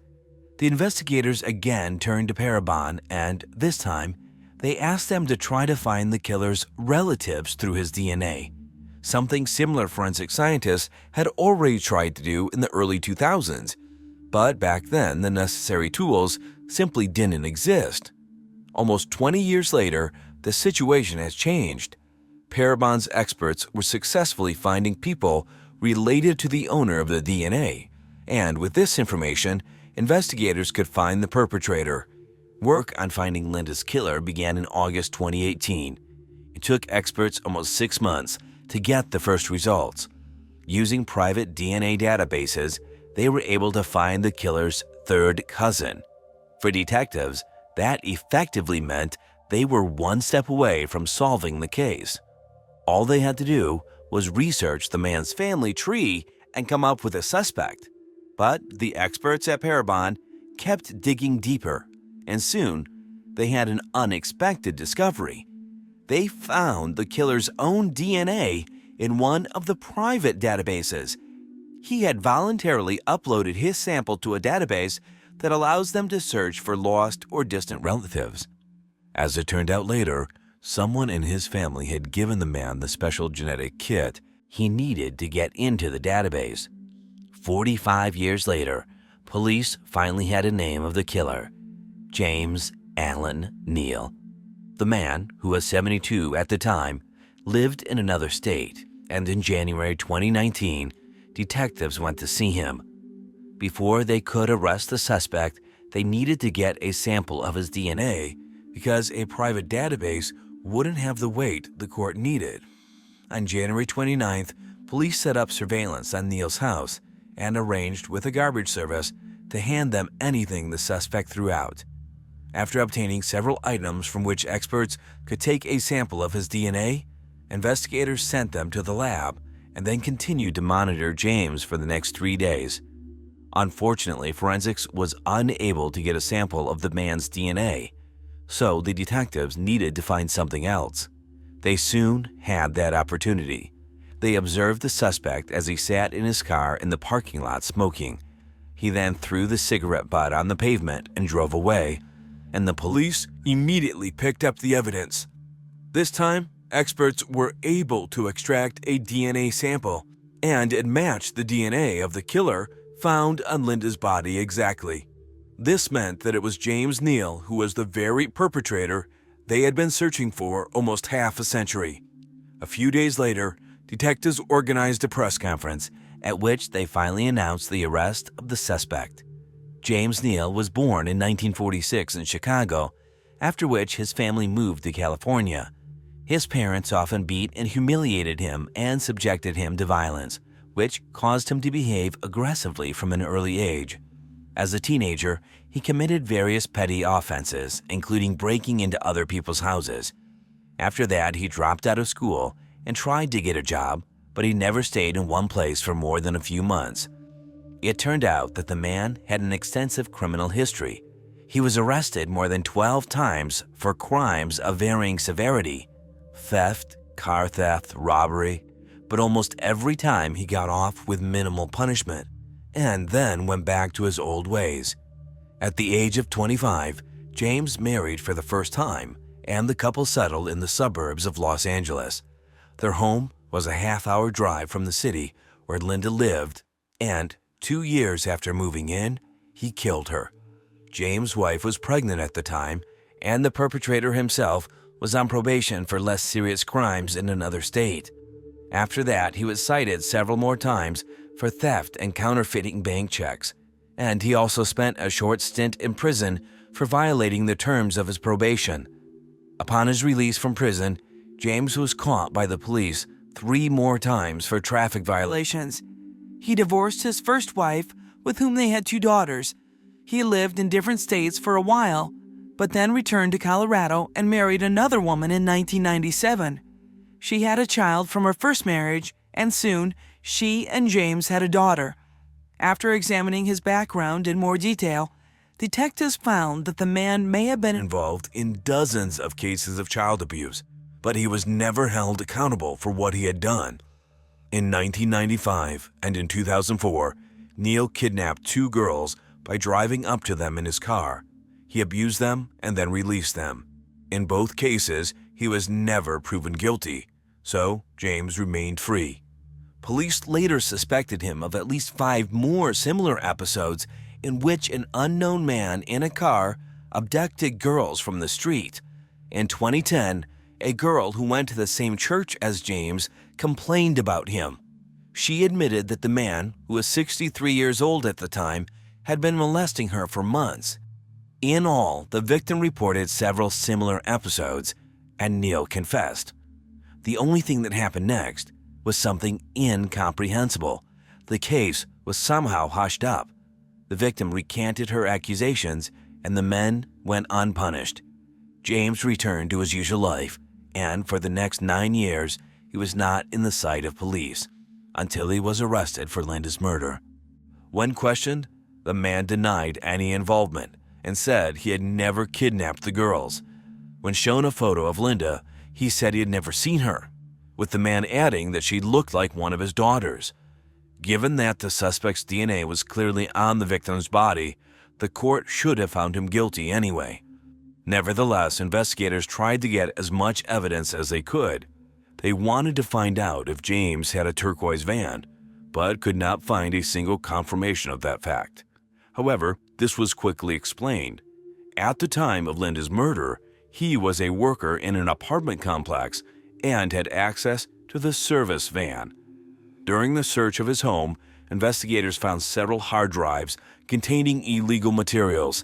Similar photos and videos were also found on his smartphone. Something interesting was also found on his computer. It turned out that James had studied the history of violent criminals who had been caught through DNA analysis. Apparently, he was well aware that it was DNA that could help the police link him to various atrocities. Another surprising discovery awaited the detectives after James was examined before moving into his cell. He had a tattoo of Linda's name on his wrist. Investigators thought he had left a reminder of his victim that way. However, it turned out to be an eerie coincidence. James had gotten the tattoo long before the murder, and the police were able to confirm it. The trial was supposed to start a year after the arrest in February 2020, but it was postponed because of the pandemic. James continued to insist his innocence, but detectives no longer doubted that he had killed Linda. However, the case never came to trial. In May, James was admitted to the hospital, where he died 2 days later of lung cancer. He did not know about his illness before his arrest, and when it was discovered, it was too late to begin treatment. Thus, the half-century-old case was finally put to rest. Detectives still believe that James may have had many more victims, and they intend to keep investigating in that direction. Linda's parents passed away long before the police found the perpetrator. Her mother blamed herself for what happened throughout her life, as she refused to pick up the girl from school. Linda's sisters thanked the investigators for not giving up on the case and getting to the bottom of it. Their only regret was that their parents had not lived to see the day. Casey Jo Stoddard was born December 21, 1989, in the American town of Pocatello, Idaho. The locals were mostly religious and close-knit. They were all used to a quiet and measured life. As was often the case, none of them could have imagined that something so terrible could happen in the town. Cassie was a cheerful, kind, and responsible girl who never got into trouble. She was an excellent student, listened to her parents in everything she did, and helped her family whenever possible. In September 2006, Casey, who was 16 at the time, agreed to look after her in-laws' house. Her uncle Frank and his family were planning to go out of town for the weekend. Someone had to feed and walk the dogs while they were away, and Casey had no problem agreeing. Even though their house was in the middle of nowhere, her parents weren't afraid to let Cassie go there alone for a few days. She had watched the house many times before in her uncle's absence, and with 2 Dobermans, it wasn't so scary to be in an empty house. Cassie had gone there on Friday, September 22nd, and was supposed to stay there until Sunday. In the evening, she called her mother and asked permission to call her boyfriend to watch a movie with him, but her mother said no. Then the girl said she would watch the movie alone and go to bed. The next day, Cassie did not contact her parents, but they did not care. The girl was responsible and independent, and what could have happened to her in their quiet little town? But the next day, Sunday, Cassie didn't come home at the appointed time, and that already alarmed her mother. After waiting a while, she got into her car and headed for Frank's house around noon. When she arrived, she saw that her brother and his family had already returned home, only there was a heartbreaking sight waiting for them. Frank's 13-year-old daughter, who entered the house first, saw Cassie's lifeless body on the floor. Her parents immediately called an ambulance, but the girl had been dead for days. The police arrived on the scene and immediately realized that they were dealing with a murder. Everything pointed to the fact that Cassie had been stabbed repeatedly with a sharp object. Upon examining the crime scene, they noticed several potential leads. One of the basement windows had been broken, and the electrical panel door was ajar. Frank assured investigators that he always kept the fuse box closed, and Cassie was unlikely to go in there since she wasn't an electrician at all. In addition, the back door was unlocked. It was through this door that the perpetrator could have entered the house. The version of a robbery was quickly dismissed as there was nothing of value missing from the house. The perpetrator took neither money nor any belongings. Almost immediately, the detectives encountered one suspicious moment. Both Dobermans were locked in a room on the second floor. A reasonable question arose. Who had locked them in there, and why? According to Frank, his dogs would not obey a stranger and might have attacked him. This indicated that it was unlikely that the perpetrator would have taken the 2 adult Dobermans to the room and locked them in there. Much more logical was the theory that Casey had locked the dogs herself. Except, why would she do that? The only possible explanation was that a friend had come over to her house on a Friday night, and she had had to lock the Dobermans in her room to keep them from attacking her guest. The situation became more and more complicated. Based on the above, the killer could be someone Cassie knew well and had let into the house. The police, however, did not have to puzzle over this mystery, for the next significant clue emerged almost immediately. News of the murder quickly spread throughout the city, whose residents had never seen such a crime. Within hours of the discovery of the body, virtually everyone knew about it. While the detectives were working on the crime scene, a woman drove up to the house and said she had valuable information. It turned out to be Cassie's boyfriend, Matt Beckham's mom. According to the woman, her son did go to Cassie's house that night to see a movie.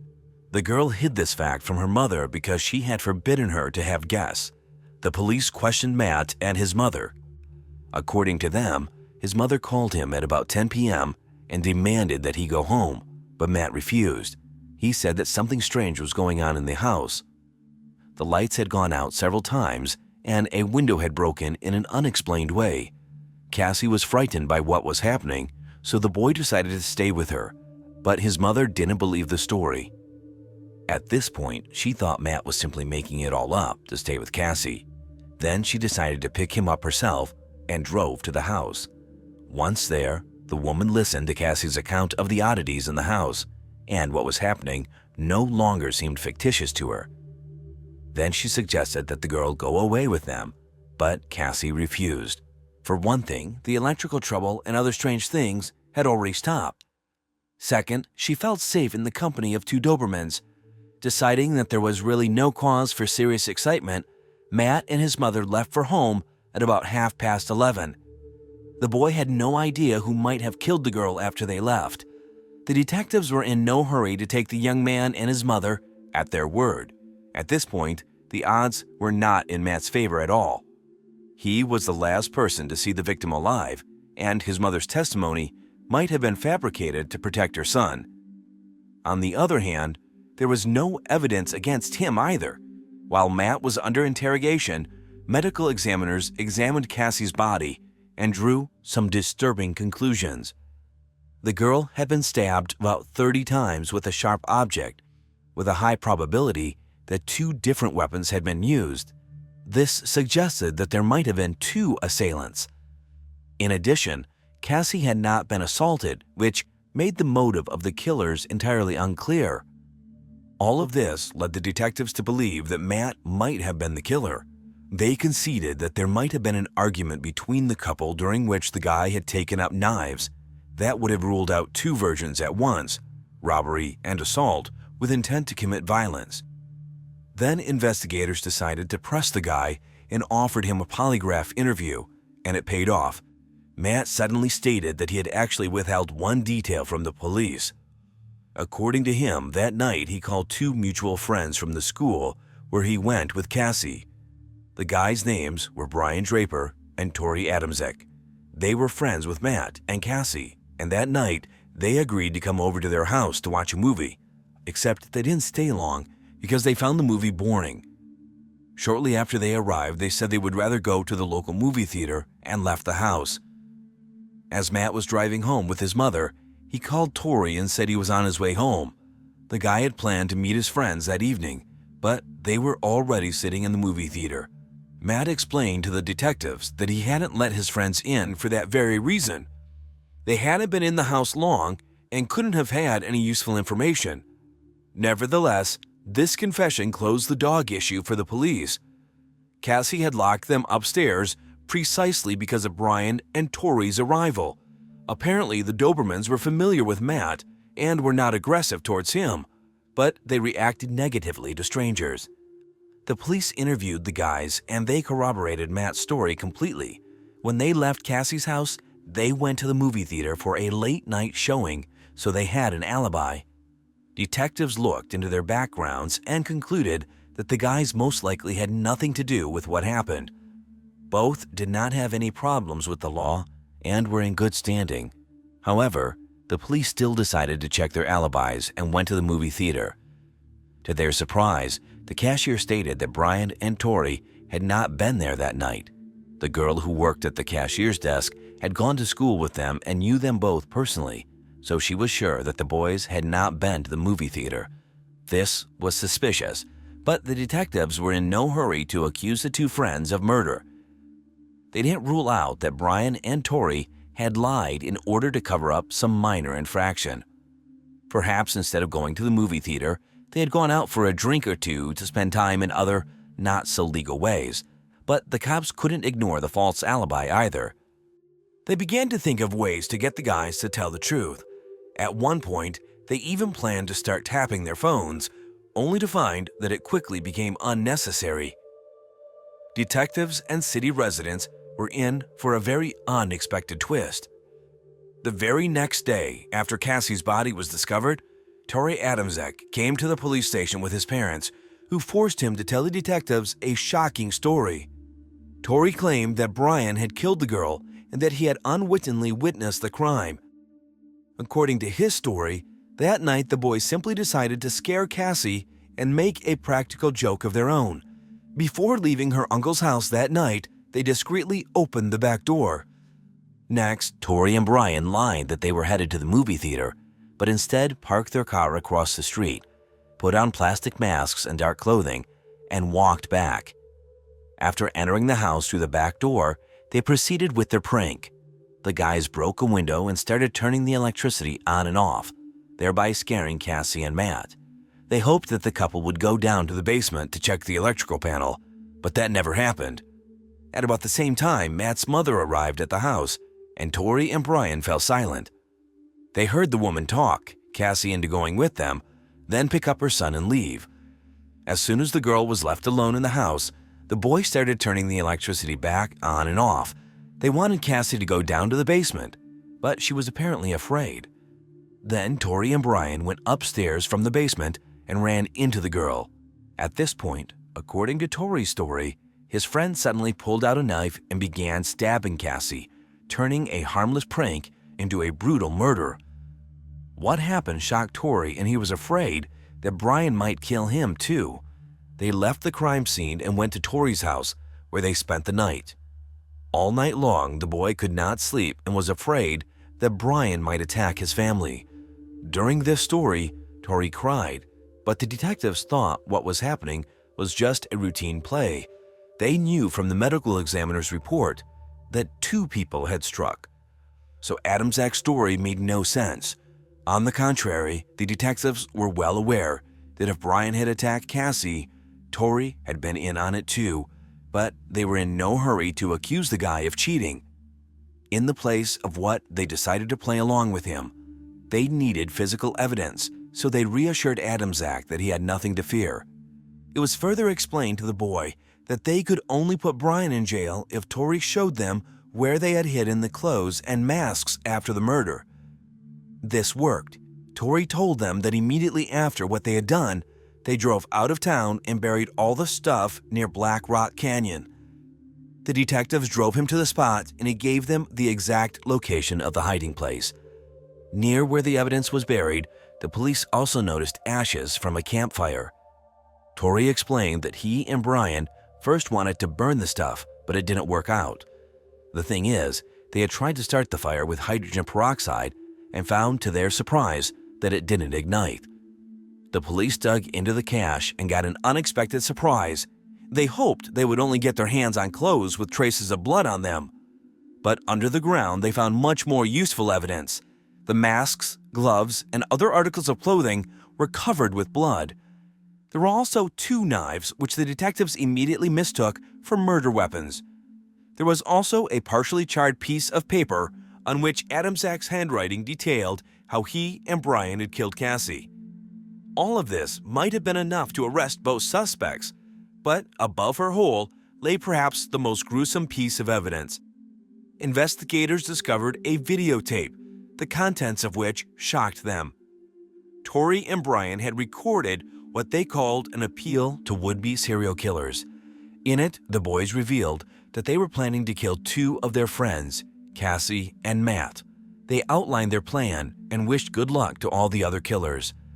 The tape also contained a tape from the day of the murder.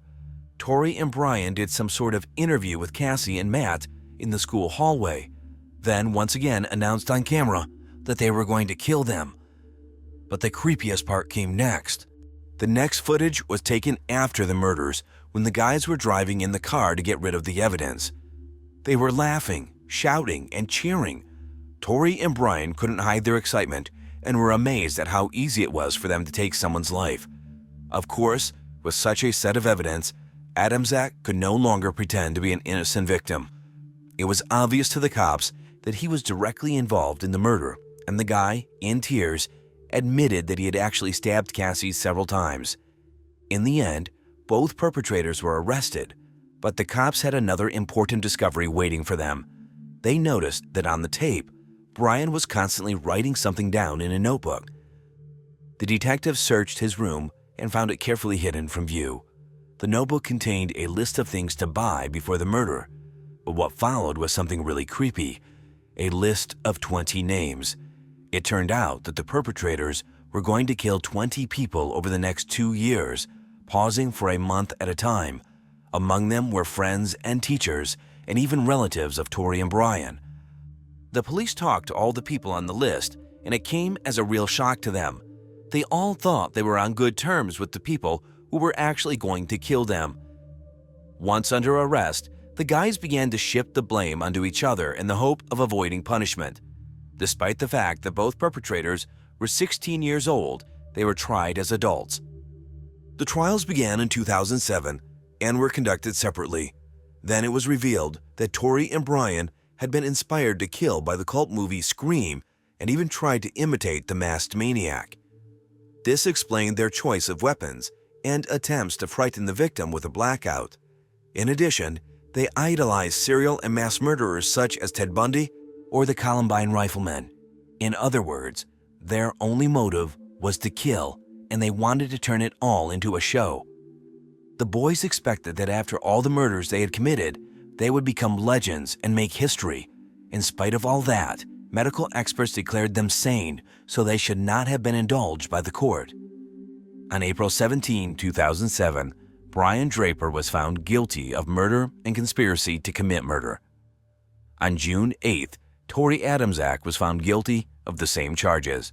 Both were sentenced to life without parole and 30 years on top of each for conspiracy. Adamczak's family resented such a harsh sentence. They felt that the court should have imposed a more lenient sentence because their son had led the detectives to the evidence. However, the judge was well aware that no credit was due to Tori himself. The boy was just scared and tried to blame it on his buddy, and that does not entitle him to any leniency. In the years that followed, Tori and Brian appealed repeatedly, trying to get their sentences reduced, but each time they were turned down. Most likely, the two will never get out of prison again, unless the U.S. authorities decide to cut them some slack. What we have in the end, undoubtedly, Tori and Brian are the most real psychopaths, but they were fully aware of what they were doing. They started preparing for the murders long before the attack on Cassie, trying to think through every move. It was partly fortunate for the police that the two maniacs were not brilliantly intelligent. They didn't even think about the fact that their fake alibis could be checked in a few minutes, and that would make them prime suspects right away. Now they continue to serve their sentences in the same prison, only now they hate each other for their mutual attempts to blame each other. Cassie's family has never been able to return to a normal life after all this horror. Frank's 13-year-old daughter, who first discovered Cassie's body, later tried to end her life. Frank and his family were also forced to move out of the house because no one else could be there.